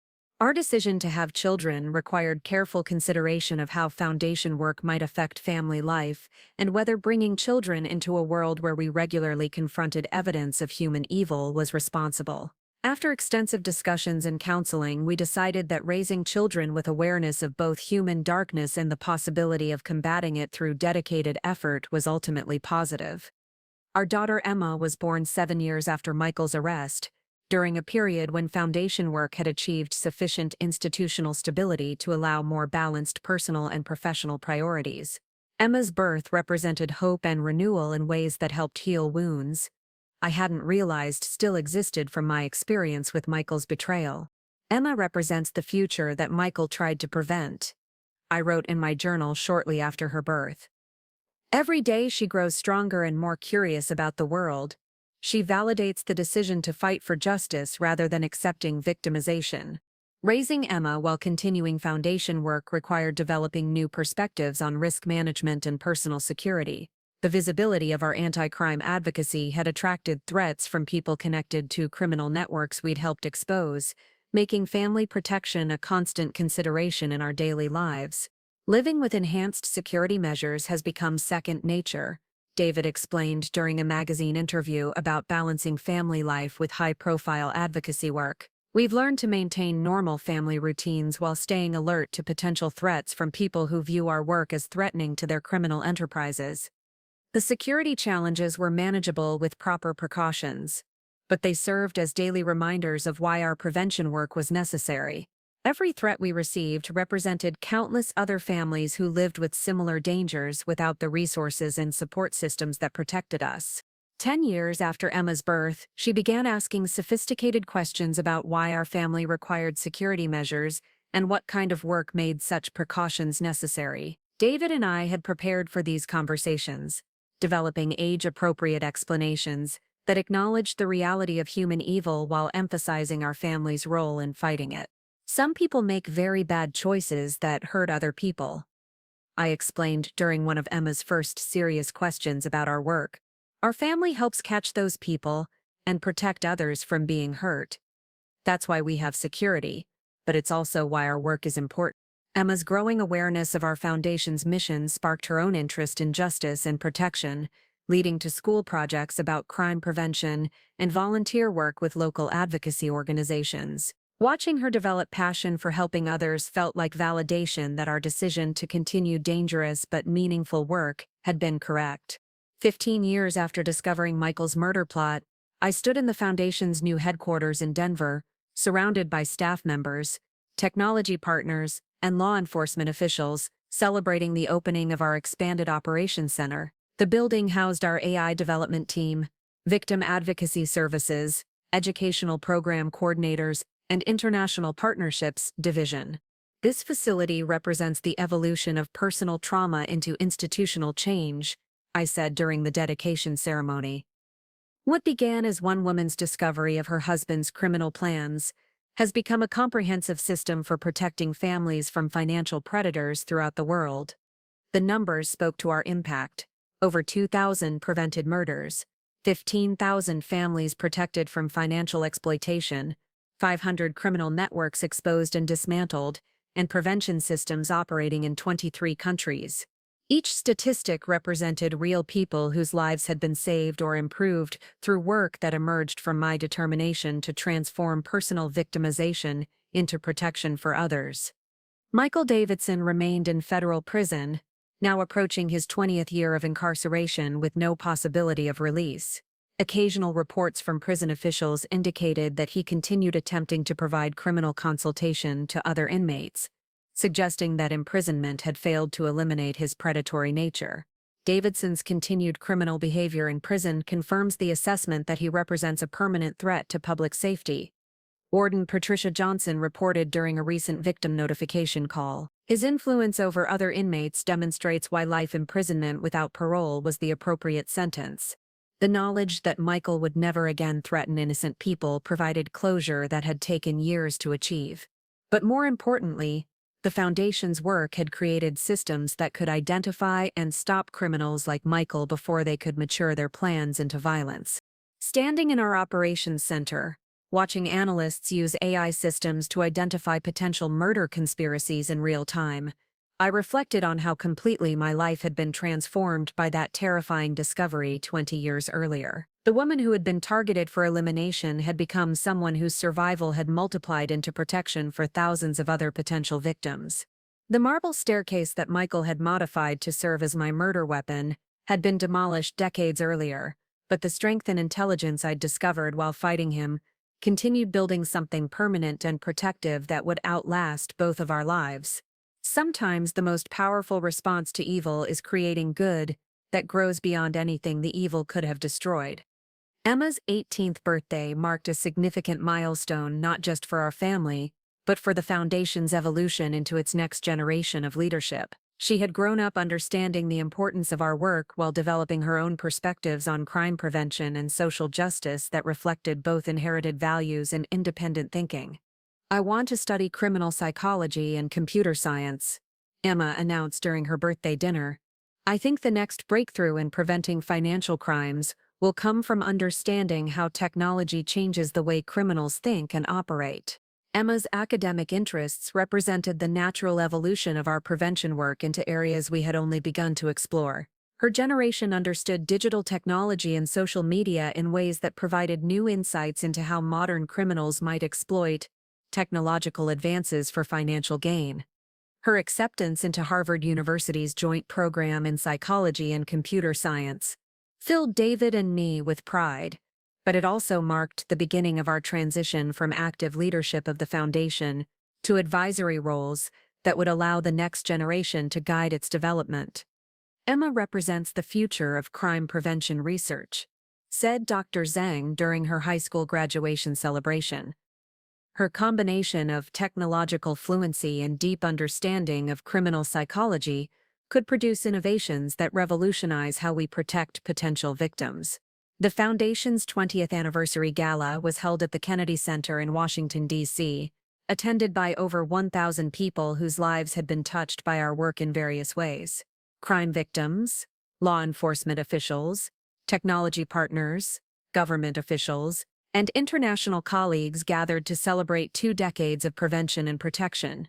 Attorney General Patricia Rodriguez delivered the keynote address, highlighting how our work had influenced federal crime prevention policy and international cooperation agreements. The Martinez Foundation has demonstrated that individual courage and professional expertise can create institutional change that protects society from sophisticated criminal threats, she said. The evening included presentations from families we had helped, law enforcement officers who had used our training programs, and international partners who had adapted our prevention strategies for their own countries. Each story reinforced the cumulative impact of work that had begun with my desperate attempt to survive Michael's murder plot. Most meaningful was the presentation by Dr. Rebecca Chen, Robert Chen's daughter, who had become a victim advocate, specializing in helping families affected by insurance fraud murders. Rebecca had been 8 years old when her mother was killed by her father using Michael's consultation services, and she had spent her adult life helping other children cope with similar losses. Mrs. Martinez's courage in exposing the network that killed my mother prevented thousands of other children from experiencing the trauma I lived through. Rebecca said during her presentation, "Her work has created a world where children like me can grow up, believing that justice is possible even in the darkest circumstances." The anniversary gala raised over $5 million for expanding our international prevention programs, but more importantly, it demonstrated how a community of protection had grown around the Foundation's work. People from diverse backgrounds and professions had united around the shared commitment to preventing financial crimes and protecting potential victims. Following the anniversary celebration, David and I began implementing our long-planned transition to emeritus status, stepping back from daily operations while maintaining oversight of strategic initiatives and international partnerships. The transition had been carefully planned over several years to ensure continuity of programs and relationships. "Stepping back from active leadership is both liberating and terrifying," I wrote in my journal during the transition period. "We've built something larger than ourselves, but trusting others to maintain its mission and effectiveness requires faith that we've instilled the right values and systems." The new leadership team included Dr. Jennifer Walsh as Executive Director, Dr. Kevin Zhang as Technology Director, and Maria Santos as International Programs Director. Each had worked with the Foundation for over a decade and understood both its mission and the operational complexities required to maintain effective crime prevention programs. Emma's summer internship with the FBI's Financial Crimes Division provided her with practical experience that complemented her academic studies, while exposing her to the latest developments in federal crime prevention efforts. Her internship supervisor, Special Agent David Kim, reported that Emma's combination of technological expertise and intuitive understanding of criminal psychology made her exceptionally effective at analyzing complex fraud schemes. Emma has inherited her mother's analytical skills and determination while developing her own innovative approaches to understanding criminal behavior, Agent Kim explained during Emma's internship evaluation. Her work on social media analysis has already contributed to identifying several potential fraud conspiracies. Emma's research focused on how criminals used social media platforms to identify potential victims and coordinate complex schemes across geographical boundaries. Her findings revealed that modern fraud networks operated with unprecedented sophistication, using encrypted communication platforms and artificial intelligence tools to plan crimes and avoid detection. Traditional crime prevention methods aren't keeping pace with technological advances that criminals are exploiting. Emma explained during a presentation to Foundation board members. We need to completely reimagine how we identify and prevent financial crimes in a digital environment. Her research led to the development of new monitoring systems that could analyze social media activity, financial transactions, and communication patterns to identify potential criminal networks before they progress to violence. The systems represented the next evolution of Project Guardian, incorporating machine learning algorithms that could adapt to changing criminal tactics. The technological advances Emma pioneered attracted attention from cybersecurity firms and international law enforcement agencies seeking more effective tools for preventing digital crimes. Her innovations were particularly valuable for identifying human trafficking networks that used insurance fraud to finance their operations. Emma's work has opened entirely new approaches to understanding how different types of criminal enterprises intersect and support each other, explained Interpol Director James Morrison during a technology conference, where Emma presented her findings. Her insights could revolutionize international cooperation in preventing organized crime. Meanwhile, my own focus shifted toward writing a comprehensive memoir about my experience with Michael's criminal network and the lessons learned from 20 years of prevention work. The book, titled Surviving the Predator: How One Woman's Discovery Created a Movement, was intended to provide both personal narrative and practical guidance for people concerned about financial exploitation. Writing the memoir required revisiting painful memories and emotions that I had managed to process therapeutically but had never fully explored in written form. The process was both cathartic and challenging, forcing me to examine how trauma had shaped my worldview while acknowledging the positive outcomes that had emerged from surviving Michael's murder plot. Telling your complete story could help other potential victims recognize warning signs and take protective action. Dr. Torres explained during one of our sessions, focused on memoir writing. Your experience demonstrates that survival is possible even in the most dangerous circumstances, and that trauma can be transformed into purpose. The memoir's publication generated significant media attention, including interviews with major news outlets and appearances on true crime podcasts that reached audiences we had never been able to connect with through traditional foundation outreach. The book's success created new opportunities for public education about financial crime prevention. Book tour events became informal support groups where readers shared their own experiences with financial exploitation and learned about resources available for protection and recovery. Many attendees reported that reading about my experience had given them courage to report suspicious behavior or seek help for concerning situations. Your book saved my life, wrote Jennifer Thompson in a letter I received 6 months after publication. I recognized the warning signs you described in my own husband's behavior, and was able to get help before he could implement whatever he was planning. Thank you for having the courage to share your story. Letters like Jennifer's arrived regularly, each representing someone whose life had been protected by the decision to share my experience publicly. The memoir had become another tool for prevention, reaching people who might never encounter foundation programs or law enforcement resources. The book's success also generated Hollywood interest in adapting my story for film, though I was initially reluctant to allow commercial entertainment to exploit trauma that had resulted in so much suffering. After extensive discussions with David and Emma, I agreed to work with filmmakers who committed to donating profits to victim advocacy organizations. A well-made film could reach millions of people who need to understand how financial predators operate, Emma argued during family discussions about the movie project. If it helps even a few families recognize dangerous situations, the invasion of privacy might be worthwhile.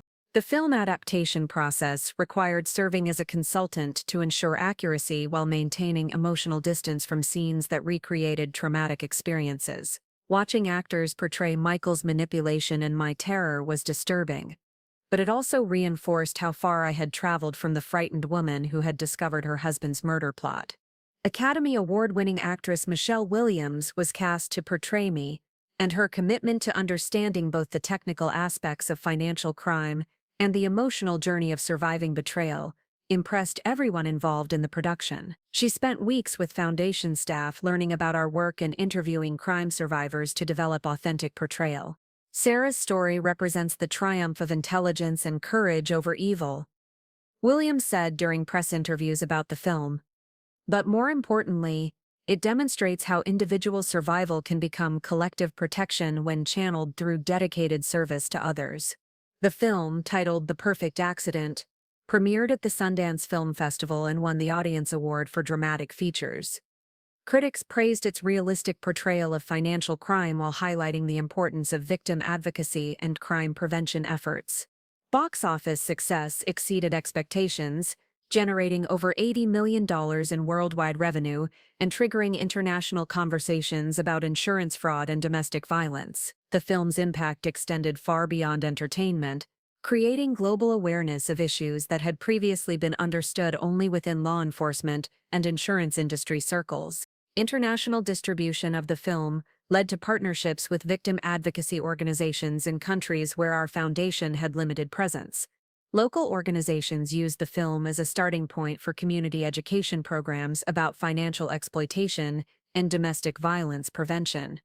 The film has created opportunities for conversations about financial crime that were impossible before, reported Dr. Maria Santos during a board meeting focused on international expansion. We're receiving partnership requests from organizations in Africa, South America, and Southeast Asia that want to adapt our prevention strategies for their communities.